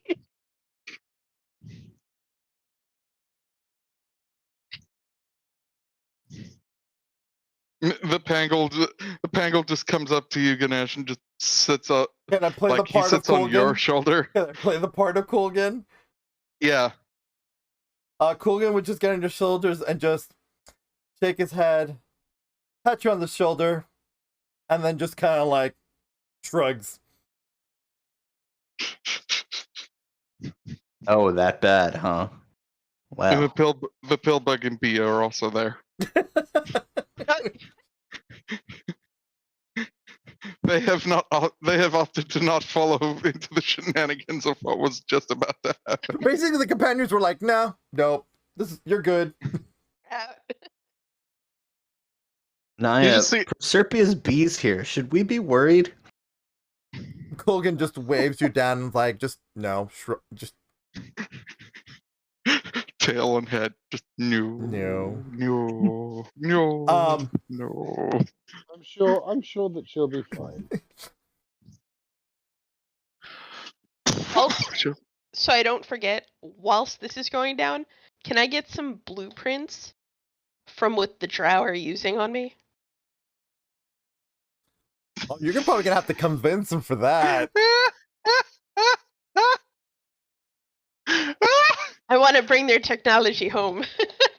That sounds like so Proserpia. For a drow polisher. It does. It is a drow polisher, yeah.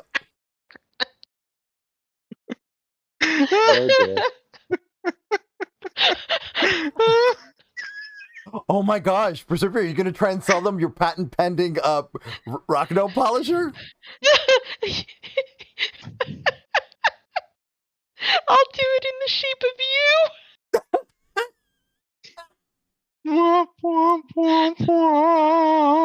I will sell like a bazillion of them. Hold up. Oh goodness. Well, okay. Look, she's a smart lady, you know. She's a smart I'm cookie. not saying no. She's a smart cookie. She found a business opportunity amongst Cloydus.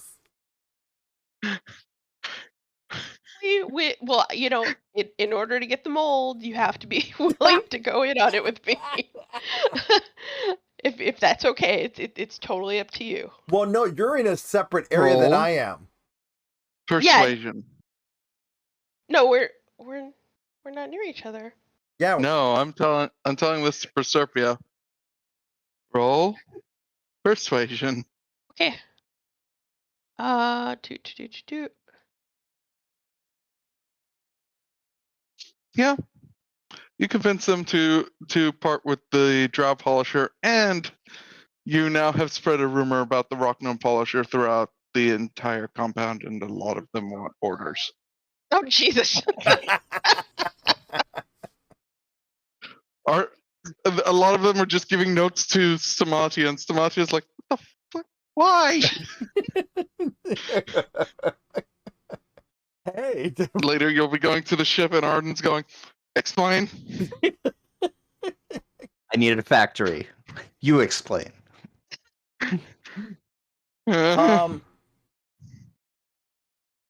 Desi can. Oh wait, it's not Desi's turn yet. Nope. No. Still Ganesh. Yeah, it's still Ganesh. Sorry, it's still Ganesh. Sorry. Go ahead, Ganesh. Technically Ganesh and Naia. I'm just eating and chatting with Naia. Yeah. I It'd be show. nice. Yep. So if I anyone was else gonna say. has, oh, sorry. Oh, I was just going to say that Naia would offer to take Ganesh around the gardens later on. She thought he might enjoy it. Sounds Being all good. druidy and stuff. Mostly to avoid the Godruff drow that are currently staring at him from across the room. Thirsting. No, angry. Angry? You ever have that popular girl in school and then their fan base? Oh, And right, the fan right, base right, who right, are right. literally the how dare they rivals. speak without Oh, goddess? yes. The anime trope. Yeah, those ones. How dare you speak to our goddess in that tone of voice? Yeah. I'm getting that primarily from Comey doesn't communicate. Yeah, exactly. Let me know when I can go, because I have an idea. I was about to say, anyone else who has anything important to do in this place, let me know. Well, Desi was trying to do something until he opened his goddamn stupid mouth and said the stupid. Mm-hmm. Desi wanted to get a moonstone. You know, a blessed moonstone to use as a component. But he got frustrated and said the thing. So I'm gonna try in my ingenuity, as an artificer to, Desi at this point is thinking, well, if I can convince Proserpia to make a Desi toy for these people, maybe they'll leave me alone. So first he's gonna try and convince them that he can make toys of himself for their enjoyment if they let him go. Ah, the bad dragon practice. Got Yes. it. No. There's a whole episode of this, and the time I got reincarnated as a slime. It is. It didn't work. We're gonna try it. So.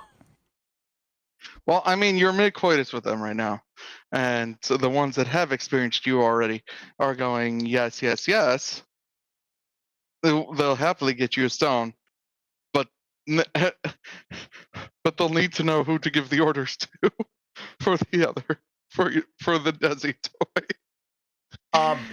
I would have to speak with my business partner so we can get the construction going now so that it'll be ready before we leave. So they can have a Desi of their own. Notifications are said, notes are exchanged.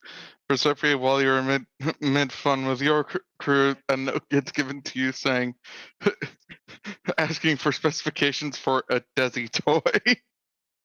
And then mixed in there would be a note, in the mirror language to Proserpia. Help. They're draining me dry.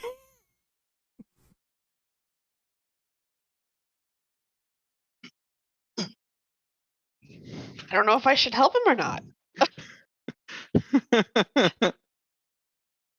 I mean, I suppose there are worse ways to die, but I don't want him to die. Okay. Look, Desi's plan was not to die by snoo, okay?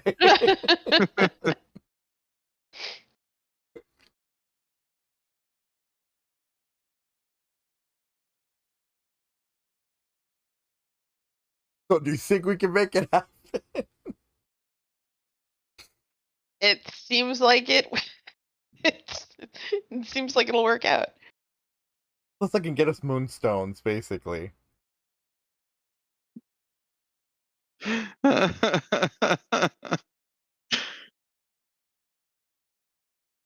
hate being the DM that follows appropriate cultural references in games. Damn it, Naia. No. Okay. Any other important information before I yada yada this to the next day and y'all are back on the ship? Please. Nothing less from me other than we now have money orders.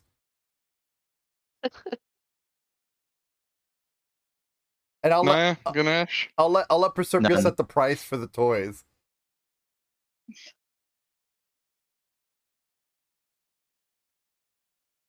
Only that I was going to look for that diamond.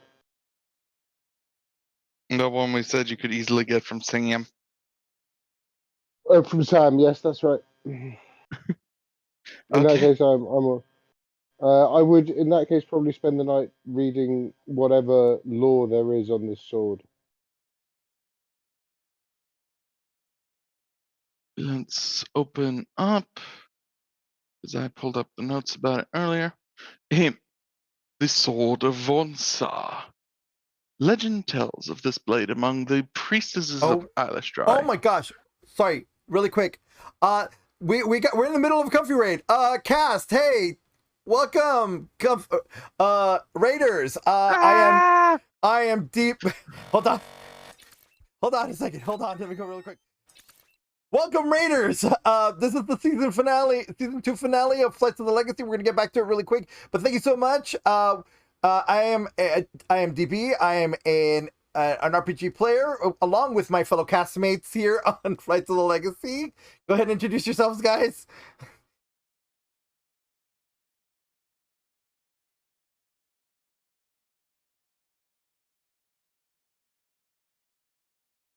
Naia. Arden.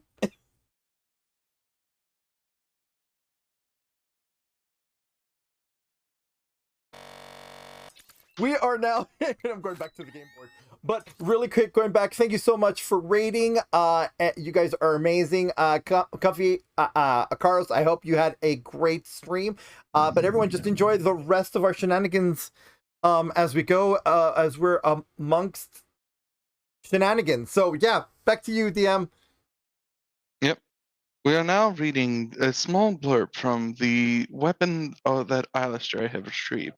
This is stuff that she can find in the books within her temple's library. Legend, the Sword of Vonsa. Legend tells of this blade among the priestesses of Eilish. Although precious few have seen it, and many doubt its very existence. It was a blade of the elven maiden who founded the house of Diranthiru Asid.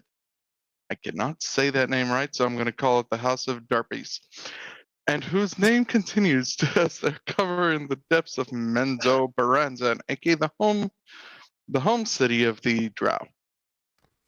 It is said that only one chosen by both Vonsa and Eilish themselves can hope to unlock even a fraction of its power, and that those who are unworthy of their blessing will meet a swift demise should they try to seize its power.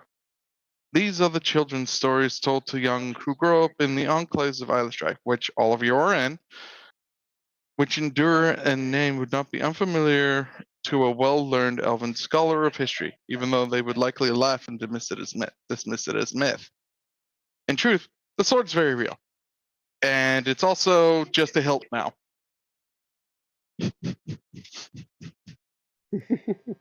It was kept secret by the elders and unseen or untouched for centuries, aka it was there being held up by Eilish power alone until Eilish couldn't power it anymore, and then oops. Because Vonsa is also dead at the Talons of Love, who at that time was also known as Aruaushne. Araushne. Applesauce. During the schism that split the Celadrin in two, aka that split the elven race from elves and drow. Oh, salad dressing and croutons. Got it.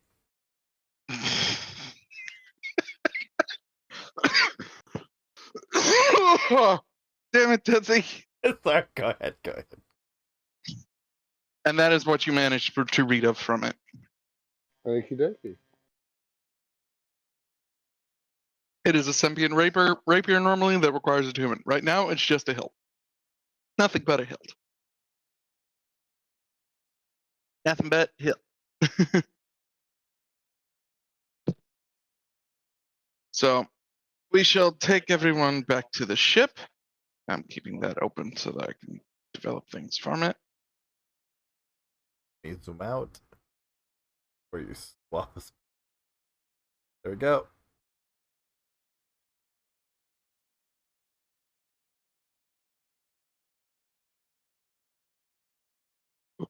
And a boop. And a boopity. Loading screen. Loading screen. Loading screen. Ding! This is just a loading screen. Loading screen. Loading screen. Now we're back on the legacy. You like that, didn't you? Anyway, one of the many things that happens is Stamati is there with a bunch of papers, walking behind all of you as you are entering on the ship, and he just lays it on Arden's lap, and Arden's like, "What are these?" He looks through the first one. Proserpia, and he goes through another. Desi! Listen, look. Desi, you have a sack full of moonstones, by the way. A sack? A sack. What? These are like, for carving. These are moonstones that have been blessed by the goddess. Mm-hmm. I thought it was gonna get like 3 or 4. A sack. No, you have about 25. Wow. Oh, okay. Okay, so 25. God, 25. 25. Sorry, I feel like it's the whole time. The whole time. You don't. Number one, you had a harem. All of them wanted one. They spread rumors of exactly what it lies within the paladin's pants. No, not paladin. Combat medic. Still paladin. Okay, fine. Mostly because I like the alliteration of what lies within the paladin's pants. Fine, whatever. And that spread like wildfire throughout the Enclave. So there are 25 Desi toys that need to go out. Mm-hmm. All right. Proserpia, how much did you charge for the rock gnome?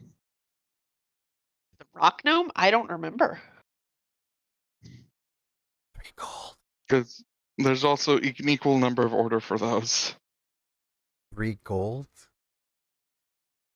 So 3 gold times 25. I know. I'm asking 3 gold? 3, 5 gold? I don't remember. No, you've never made one before for anybody else. That's why I'm saying. You've never charged anyone for it. Yeah, this is your first little business Okay, before leaving. I don't know, Arden. How much do they cost to make?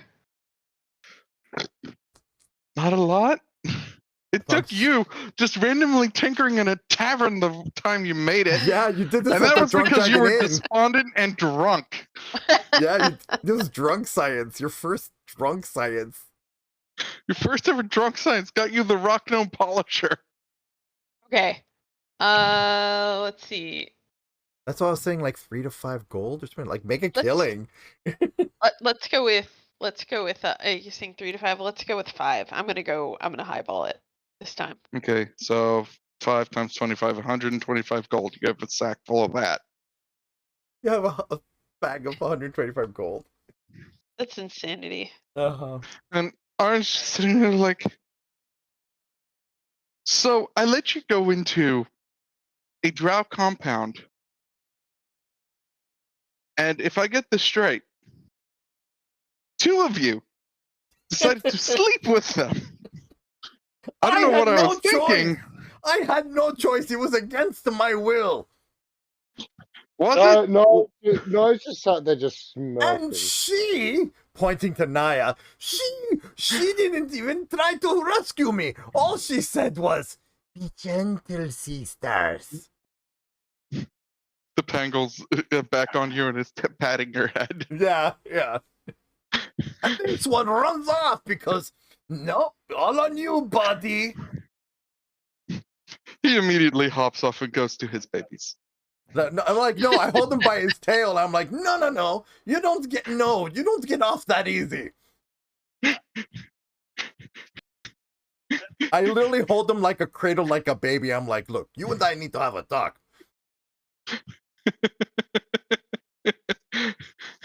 Arden's like, no talk. Make them now.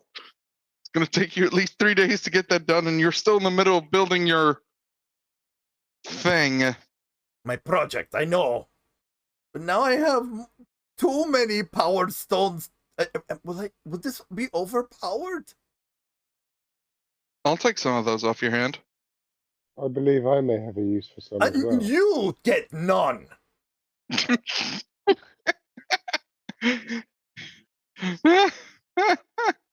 At least give her 1 or 2. Come on. I'll think about it in 3 days. No, just chuckles and says, "But dearest, you are the reason. I am the reason you have them." No, you are not the reason.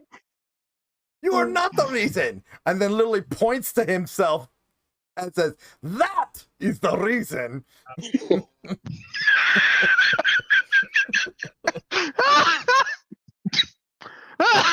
And then just walks off. Can you guys even hear me? Yes. Oh, yeah. Okay. And then just walks off with Colgan to go make these said toys.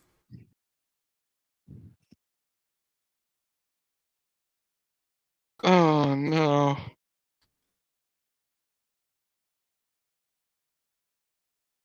I think Proserpia would be like, Arden, all I know was we were talking about swords, and then this happened. And he still looks at you and goes, you have orders to fill. Ask Sam for the materials. Use 25 of the gold. Use 25 gold to pay him. Well, Don't do it now. Oh, wait, how much do I need to pay Sam for the materials that I need to make for the 25 Desi toys? I don't know. What materials do you want to make it out of? Well, silicone doesn't exist. I know it does not.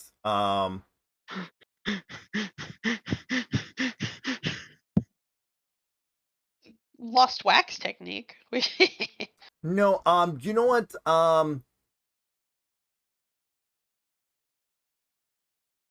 Make it out of glass. Okay, that's not going to be too much. That should be about 25 gold for more than enough of glass. Okay. However, you're going to be doing a lot of glass blowing. Nope, I'm going to make an assembly machine. 50 gold for the assembly machine parts. So 75? So 75 gold? Okay. Yes. Yeah, Desi had enough blowing going on last night. You don't get to talk to me.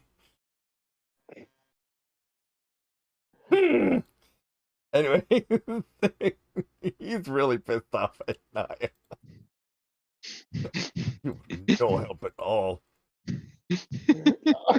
I feel that anger is misplaced somehow. How is it misplaced? He begged you to rescue him, and you just left him to the sharks. In game, I would have rescued him, but I didn't have a choice. If you did, consequences had them lock the door. Well, no, but before consequences were rolled, they did have a choice. They could have, instead of saying "be gentle, sisters," she could have rescued Desi right before consequences were rolled. And I didn't get to finish that thought. You finished that thought. You said "be gentle, sisters," and you and your auntie were just like giggling about it. Anyway, moving on. We're having a lot of fun with this, but long story short, you make the stuff and you get the shipment sent over. Yeah. And the ship takes flight once more. Arden at the helm, he's just like, oh jeez, I have to write that I have one glass toy machine. Toy making machine. I should put toy in quotation mark. Sorry, you go on. Alright. since we have a lot of time, I'm gonna yada a lot of the creation bits going forward. Okay. Since we want to get everybody's weapons all set up. Wait, how many did you say you needed, Arden, of the moonstones? Oh, Arden would like 10. Okay, so I'll leave me down to 15. He's just like, just leave it in my room. Naia, I'm assuming you're showing him the hilt. Yeah. All right. And he is like, actually, I need 2 more. You get 10. I will need 2 more. You get. I will not give that woman any of my stones. This is for her weapon, and I need 2 more.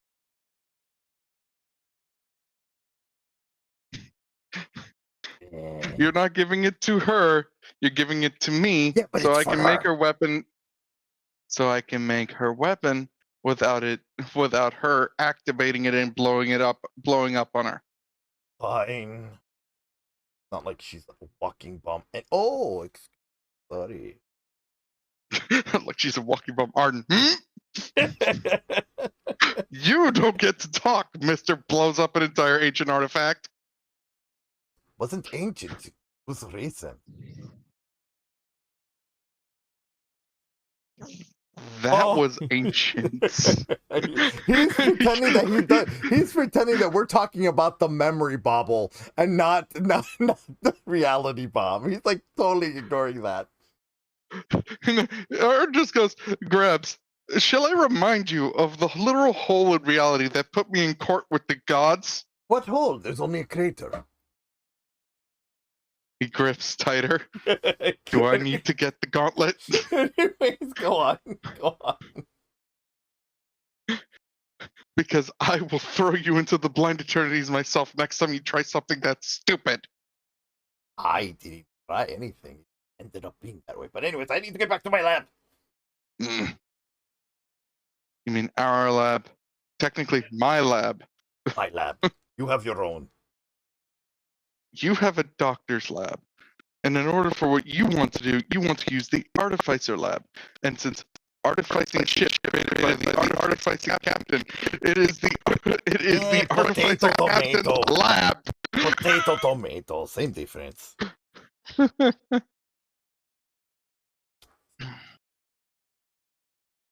Go on, Arden. So Arden takes the hilt of the Sword of Vonsa. He grabs the other hilt off of Naia's hip for the Prismatic Blade. He's like, all right, come with me. I'm going to need you. She follows. No, wrong screen. Actually, right here. Lab's all in the same place anyway. Desi, why are you so huge? Because I'm that powerful. I was expecting a completely different joke. Take that however you want. That's what all the customers say. Damn it! Proserpia! Yes. That was good, though. That was good. Oop. And Arden time. While he's making that art, Proserpia, are you gonna need any moonstones of Illustrating? I'll take 1 or 2. Okay, I'll give you 3. Thank you. Put that on my sheet. That leaves me with 10 moonstones of Illustrating.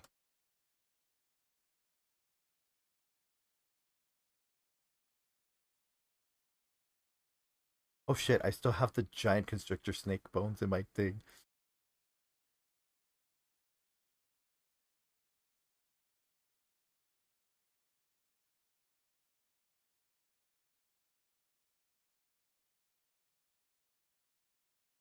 Fucking hell, me. Wow. Jeez. Alrighty, Naia. You're just watching Arden work. This is watching a Magitech Artificer at work. As he starts by taking apart the hilt of Von Saw and taking apart the prismatic blade hilt, he performs artificer rule number 1. Essentially, he doesn't even use his tools. He just takes them, he lays them out on the table, and next thing you know, they just split and pieces are floating everywhere. And then he starts biting his claw. He's like, okay, so we're gonna need this bit. He starts grabbing various bits and starts laying them out in a line. The hilt becoming what was essentially round. What do we call that? 6 inches? Yeah, about 6 inches is now about 11 to 12 inches in length of the hilt itself. Okay, so it's like a proper bastard sword. Nice. Mm-hmm. And he's putting all the parts together. He walks over. He grabs another piece of metal from one of the pieces, and as you see him walking back, it is shaping itself to fit into the negative space of the new hilt as he puts it in and then combines everything. And he goes, okay, that should be good. Except for, takes one of the moonstones, like crushes it in his hand. He's not really crushing, he's doing the same sort of warping on it, but he's squeezing it in his hand to warp it smaller as he slots it in at the bottom of the hilt and then another one at the top. It looks like this silver filigree laid hilt with a bastard sword sort of hand cover. And he goes, here, hold that. See what you think. Naia takes it and smiles to Arden and says, it is beautiful. Now if your character sheet would open, I get to have a fun time adding this weapon to your list. Step 1, we are destroying Brightfire. That is now out of your list. We're adding new weapon. The Sword of Von Reborn.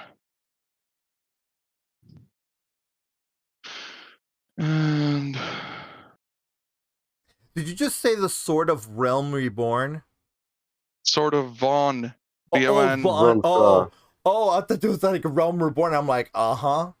Otherwise known as Moonfire. Yeah. You can rename it once I'm done building it. Yeah. And we're going to have it go off of Wisdom. Magic bonus is at a +2.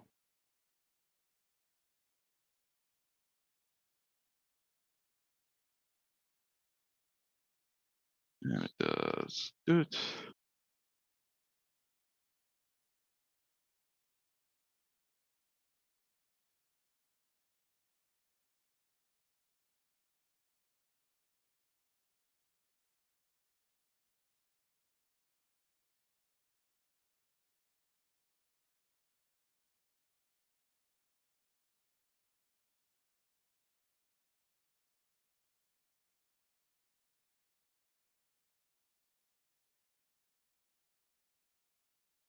Makes me a little mad it can't have an extra damage added to it.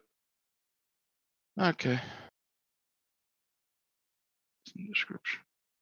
No, I'll have to read the description of the item itself. All right. You should be able to add extra damage to the attack roll from the. Well, if you look at it right now,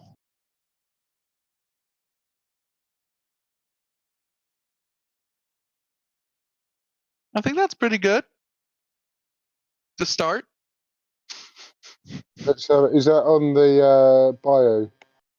If you saw, yeah, that's on the attack bar. I still need to write up its other properties for you. Okay. And a quick notepad here. Let me get notepad open. A Sword of Von Reborn. Note, the hilt still doesn't have a blade. Yeah. Until you start holding it, and take your time to properly attune to it.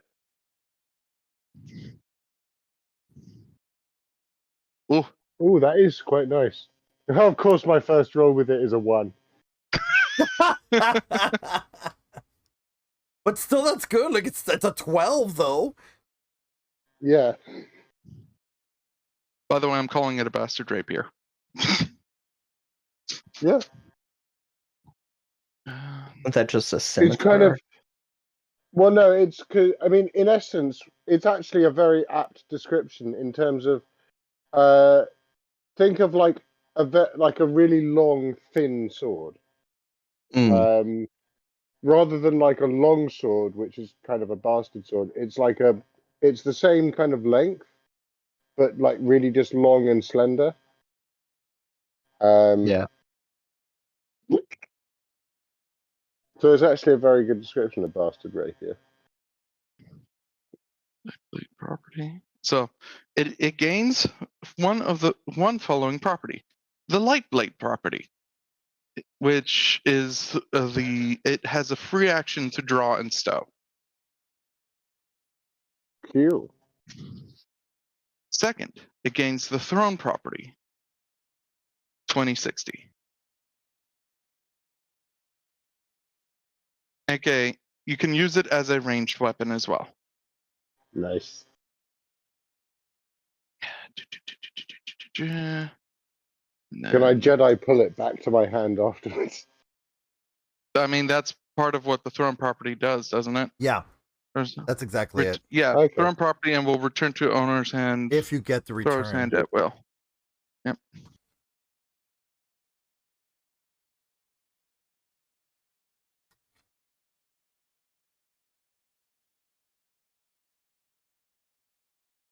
I'm actually going to make it return. Everyone.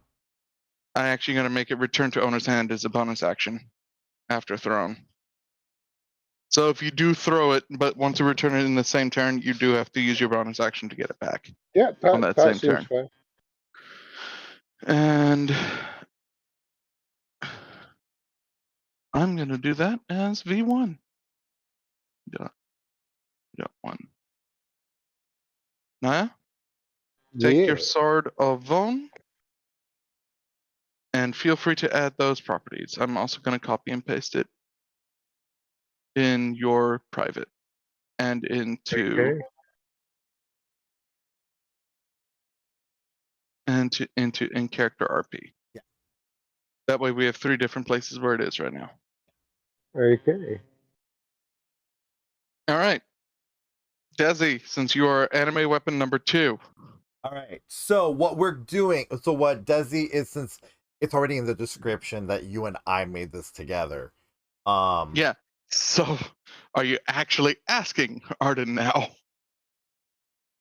Well, no. This was the plan was for him and Arden to always build it together. The thing was that this time Desi was like, I finally got the fucking moonstones you told me I needed. Kind of like a thing. And he's calling them fucking moonstones because that's what it cost. So do you still want to do the Tinker rolls for it now that you have an appropriate thing? Yeah. But can I tell you what we're combining? And then I'll describe what it looks like later. But we're combining the Moonstones of Alistray, the Wand of Magic Missile. So that would be the Wand of Alistray, the one that she gave him. The one Ilona gave him? Ilona, sorry. The Wand of Ilona, the one that is the Wand of Magic Missile. Mm-hmm. And because that's where it's going to get its Magic Missile property from, is from that. And then the charging ability is from both the runic symbols and the runic symbols are inlaid with the Moonstones of Alistray. So they can Which properly are on a spinning discus. Yes, so that way they can charge up properly, and Moonstones are the best for charging or for keeping the charge. Roll Tinker with advantage. Roll Tinker with advantage. 3 times.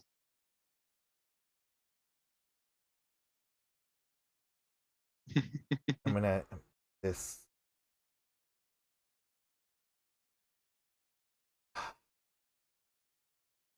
Why? Why are you doing this to me today? 1.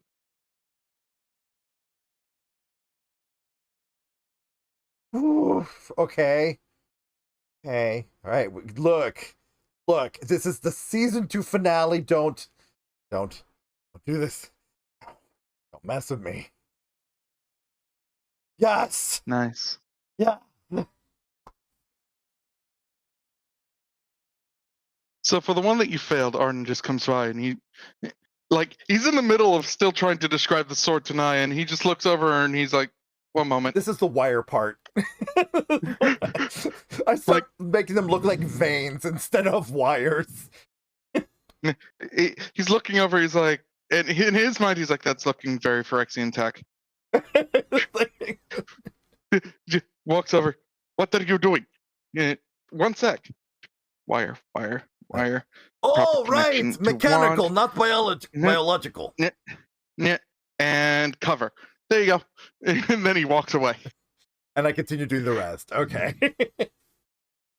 You can show chat the horror that is the gunblade. Okay, everyone. So I'm going to. All right. So I made myself the Thorosian Runic Gunblade, or the TR-G MK Mark 01. It is a base +2 short sword. This weapon. Actually, I'll just put it in chat. This weapon, in development by the Leon and Artificer Desi of the Legacy crew, in conjunction with Arden White, Artificer Planeswalker.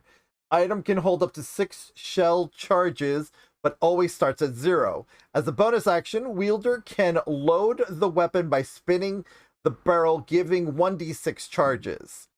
Casting 1 charge as an attack is an attack action, and user can spend as many of the charges available and cannot load again until all charges are expended. 1 charge casts Gunfire, a modified magic missile with damage of 1d6 per dart instead of 1d4. Each additional charge spent on the action increases the level of Gunfire by 1, giving additional 1d6 per extra charge spent to a max of 6. Total 8d6 damage. The thing that Desi added to it was that can heal self when crit on blade attack. Also, so if you want to imagine it, it is literally, if you've ever played Final Fantasy 14, it is literally, you know what, I'm going to use, it's not this same, but I'm going to show you what Binary drew for me for DB, for my character, and it is something to that similar shape and style, except instead of a where you put bullets, it's literally a disc with Thorosian runes, with 6 Thorosian runes. On the back, on the butt, literally the butt of the gun, there is an emblem that Desi decided to add in addition to, also inlaid in moonstone, representing the 2 shopkeepers of the Steam and Steel. Let me see here. Where is art? Isn't it art or is it in fan art? Oh yeah, it is. It is here. This is it right here. I mean, it's not like this exactly, but it is this shape ish. But here, where the barrel is, where you see where you put bullets, there would be a discus for Desi. It's again, I would have to, like, you know, design it so y'all can see, but yeah, that's Desi's Gunblade. Really sweet. Very nice.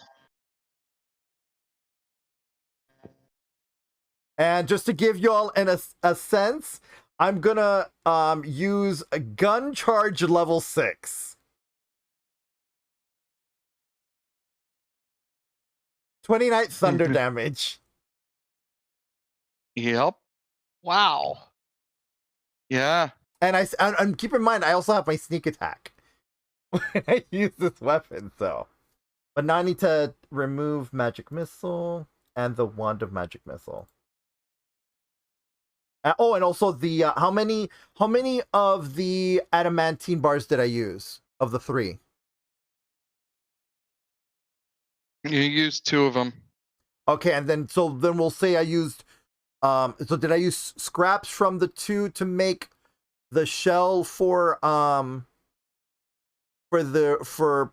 Pillboy, or did I use the other adamantine bar for Pillboy? Technically, you used the 2 for Pillboy and the 1 bar for the sword. Okay, so I'm getting rid of the adamantine bars. Okay. And the moons. Okay, how many moonstones did I use? That would be 6, 7 for the bottom inlay as well. Okay, that leaves me with 3 moonstones. Does anybody else need moonstones? No. But can I give? She did get some. I gave her some. Yeah. Desi gave me 3. Yeah. Because the designs for the focus required 1. Oh, okay. But yeah, everyone. Ta-da! I have a gunblade. Desi has a gunblade. It's really fucking sweet. The image you had was really cool. Like a gunbreaker from Final Fantasy 14. Yeah. Yeah. I have one question about it. Is there any limit on how many times you can reload? No.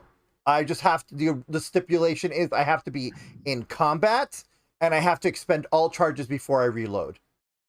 Because you run the risk if he already has a charge on there and it maxes 6 charges, if he rolls a 6 on that 1 charge, the gun will explode. Yeah. So I'm forced to always expend. So it's noted, do not ever try to charge it when you already have charges in it. Exactly.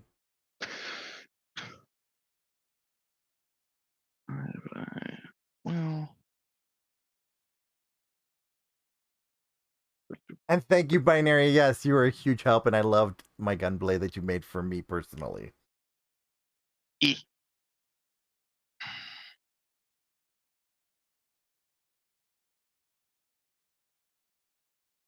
How does the healing work? Basically, what the damage that I do on a crit is what I get. Oh, that's cool. Yeah. It's an enormous amount of healing. It can be, potentially. It can potentially. Oh, yeah. Is that only with the actual sword, though, not the gun? Crits. Just period. Crit with the weapon.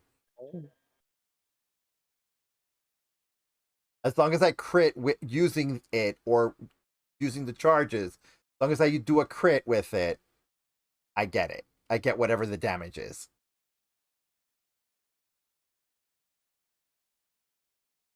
Oh, yeah, because you say on blade attack. Mm-hmm. I'm currently typing up the stuff for Proserpia's focus. Yeah, no problem. So yay, second weapon done. Oh yeah, because it's magic. Wait, if it's magic missile, does that mean it automatically hits? Yes, but it's not magic missile. It's its own thing called gunfire. It's its own special. Okay. It's its own special thing. Because the core of it is the wand of Ilona. That's what gave it the special property to do a magic missile attack. Okay. So that seems really strong if you don't have to roll the hit with it. Yeah, so the whole point is that I wanted something that I could range with. That I can do range. And also protect myself once I'm there. So the perfect combination of the two would be a gunblade. I mean, that's fair. That's fair. Just do you have to roll to hit with the gunfire?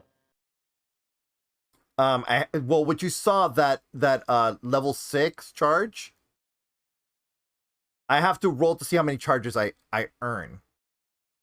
I have to roll a d6 to see how many I get. Okay.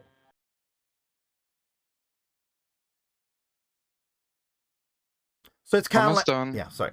So it's basically like every time, like a boss uses like a action that requires a recharge. It's that same idea, but instead of it, you either get it or you don't. It's a matter of how much do you get. Oh yeah. I get it. I get that. Yeah. I get that. So, like, just to give you an example, this is what me using just the gunblade itself. That's just using the gunblade itself. If I use one charge, this is what gets into additional.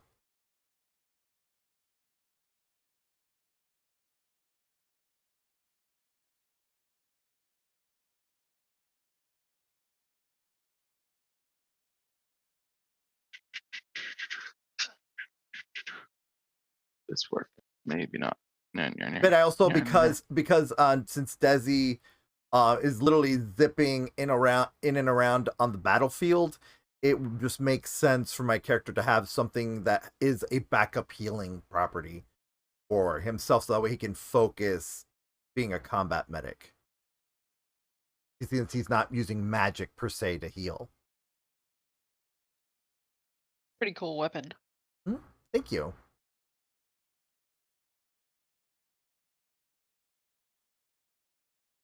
Yeah, no, having you zip around like changes combat a lot. Yeah, because I've got the legacy, the core grappling hooks that literally I can zip around like Master Chief in Halo. Oh yeah. And then I have my gunblade on me at the same time. Yeah, that's cool. Oh, by the way, I also have Thorn Whip as one of my cantrips. So there's that. Yeah, but you don't have 4 hands, so you can't use it at the same time. I mean, you can technically, no? Oh no, I can. I was just being a dick. No, I'm being serious. I mean, you've got 4 hands, so that means you can technically use 4 weapons. Right. I can only do 2 attacks though. No, I get that, but you have your choice of weapons. Yeah. You can technically be holding a shield on one arm. Not to mention, Ganesh, you want to tell them what happened with you? Oh, right. Go ahead. No, it escapes me. What happened with me? The blessing of blessing of the saint. Oh, I thought you told them. Yeah. No, we weren't told. That was told to you before game started. Yeah, we weren't on. Okay. We weren't on when that happened. Oh yeah. So let's see. Do I just click and Proserpia, when you get the chance, take a look at in-character RP. So I'm going to read that. The innate magic of your species has developed to have you grow 2 more arms and upped a size category. The following bonuses are imparted. Advantage on strength saves or skill checks. Due to the extra appendages, you may make 1 extra attack during an attack action or cast an extra cantrip. That's nice. Let's see here. Okay. Once per long rest, you may set a spell that has concentration on autopilot, removing the concentration requirement for that use. What? It is. That's nice. You can literally wait, hold on. So you could technically have the moonbeam roaming around concentration free. Yeah. While having raptors out. 16 tiny raptors that can self-heal. Yeah. Oh man. Are you sure you're not the BBEG of the story? No, I'm the dojo. I'm just the humble dojo master. Really? Wow, that's pretty cool. All right, so Proserpia, let's get to building your focus real quick. So Arden literally shoves Naia out of the room. He goes, "Go have fun with your new sword. Go practice." And he's like, and he turns around and sees you there also in the lab. And he just goes, "Okay, I assume you found the blueprints, yes?" Yes. All right. You start making the casing. I'll start making the components. So Okay. give me 3 tinker checks at advantage. 3 tinker checks.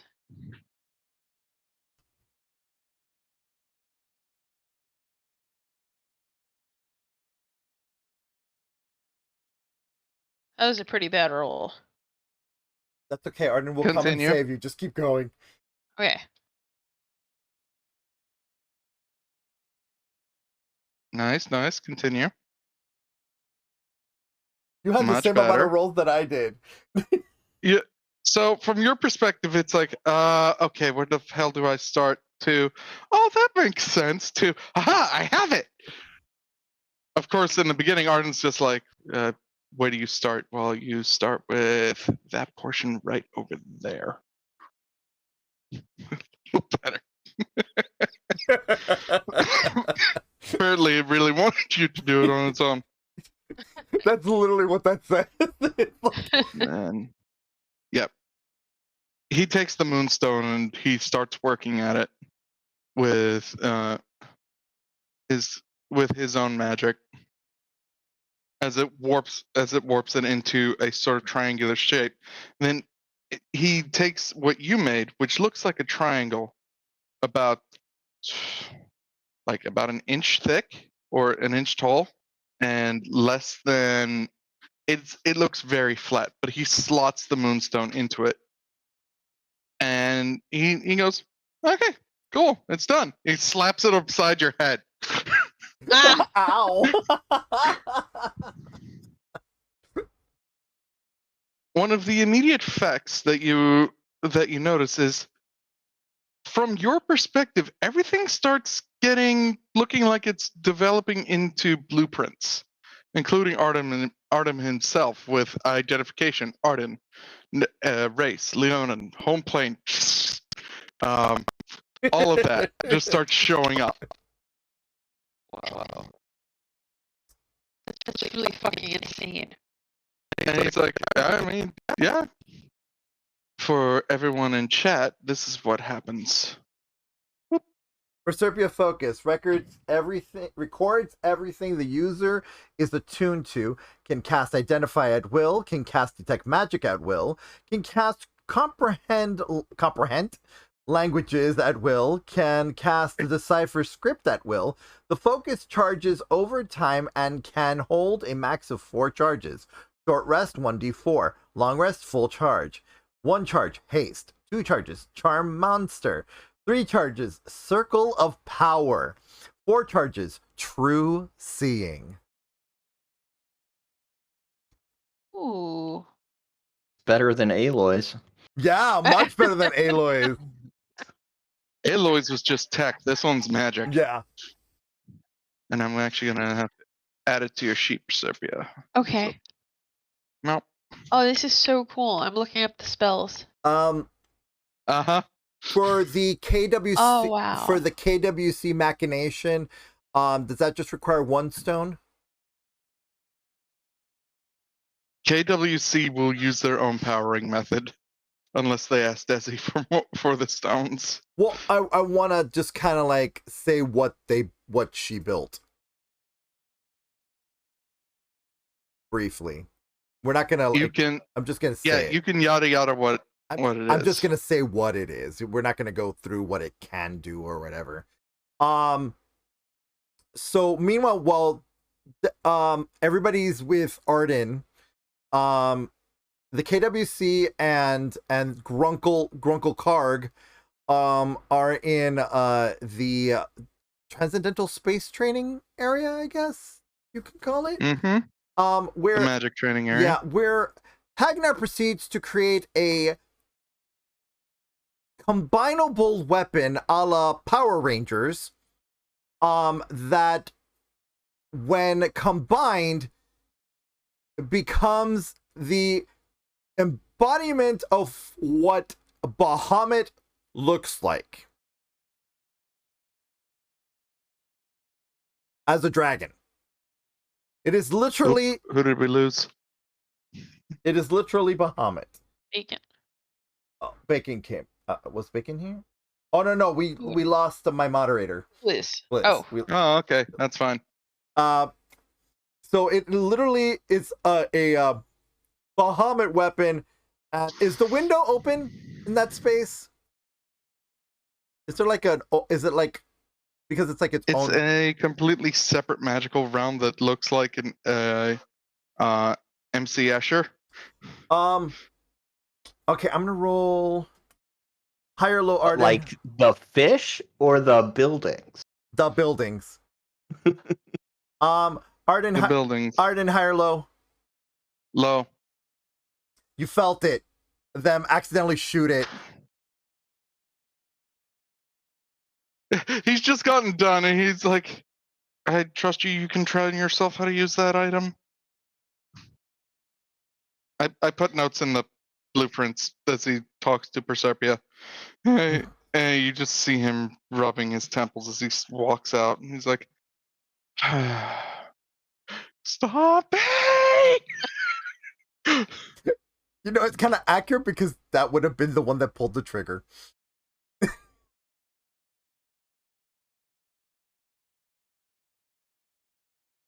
Proserpia would be there, like, what was the vibration? like, A, what was that? And B, well, I guess less of that, just more of the fact that it was like, wait a minute. It was. This thing does those things at will? Mm-hmm. Oh, right. Those are those things that will. And she would just be like, but Art, I don't want to get in the way. Would she have identified that shot? No, because it's not in the same room. Oh, gotcha. Yeah, it just vibrated the entire ship, though. It just vibrated the ship as it blew through the magical realm. Yeah. Arden's getting to the door, and by the way, it's no longer an S2e Escher room. It is now a blank room that's about the size of a broom closet. Oh, it's that room. No.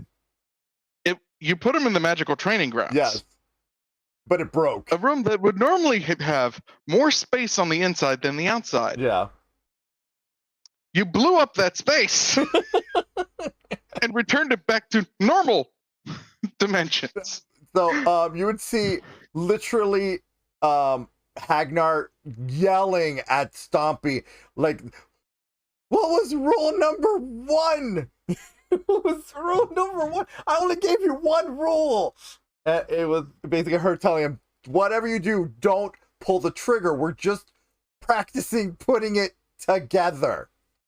And Stompy, being Stompy, pulled the trigger. Because he wanted to see what it would do. Stompy. Literally, they're just like... both Tronk and Meg are like looking at Arden, like they're like with their hands raised, like just pointing down at Stompy, like that was all him. Yeah, Arden's just opening the door, sees the dust, sees that his magical training room, thankfully not made by him, was actually made by the accidental boofing of the ship. Yeah. He looks inside and he goes, so let me get this straight. You built a weapon. I did.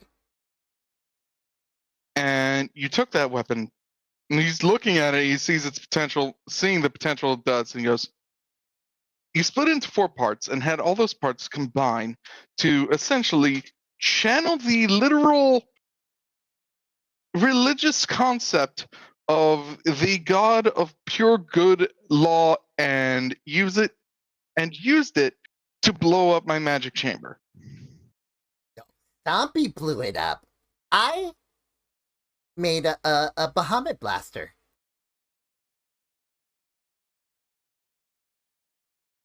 Stompy, I'm disappointed. You need to do better. Hagnar, he grabs the horn. Come with me. We're lecture time. The potential!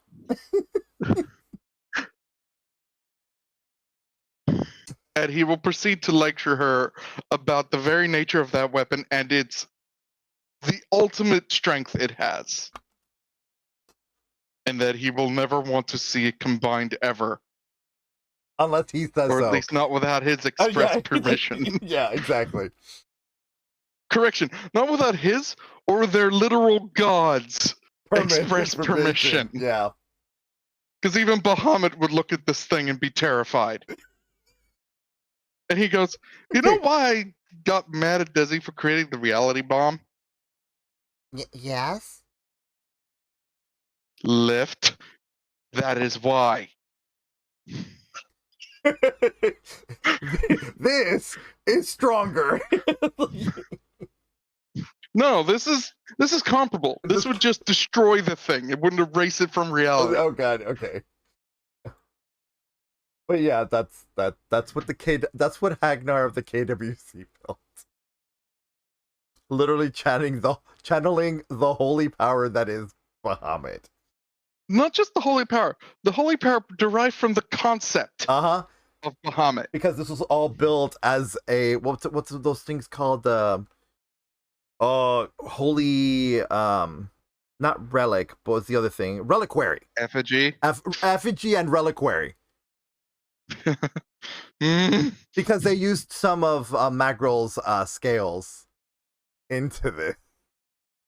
Oh yes, the kobold equivalent of a god's grandchild. Yeah.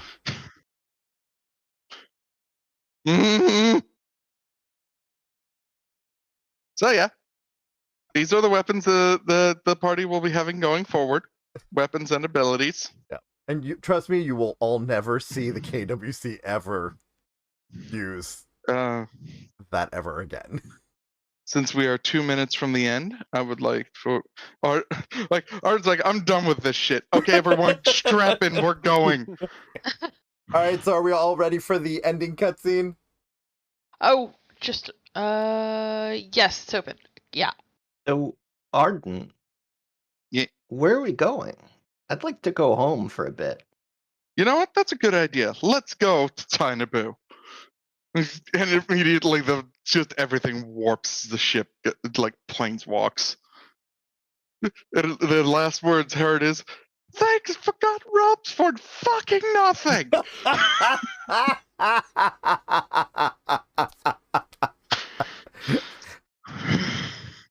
Goodbye, Faerun. You suck. Now, is the thing happening now or in 2 weeks? We will pick up in 2 weeks with the arrival on Tainabu. Okay, so that's when it'll happen. Okay.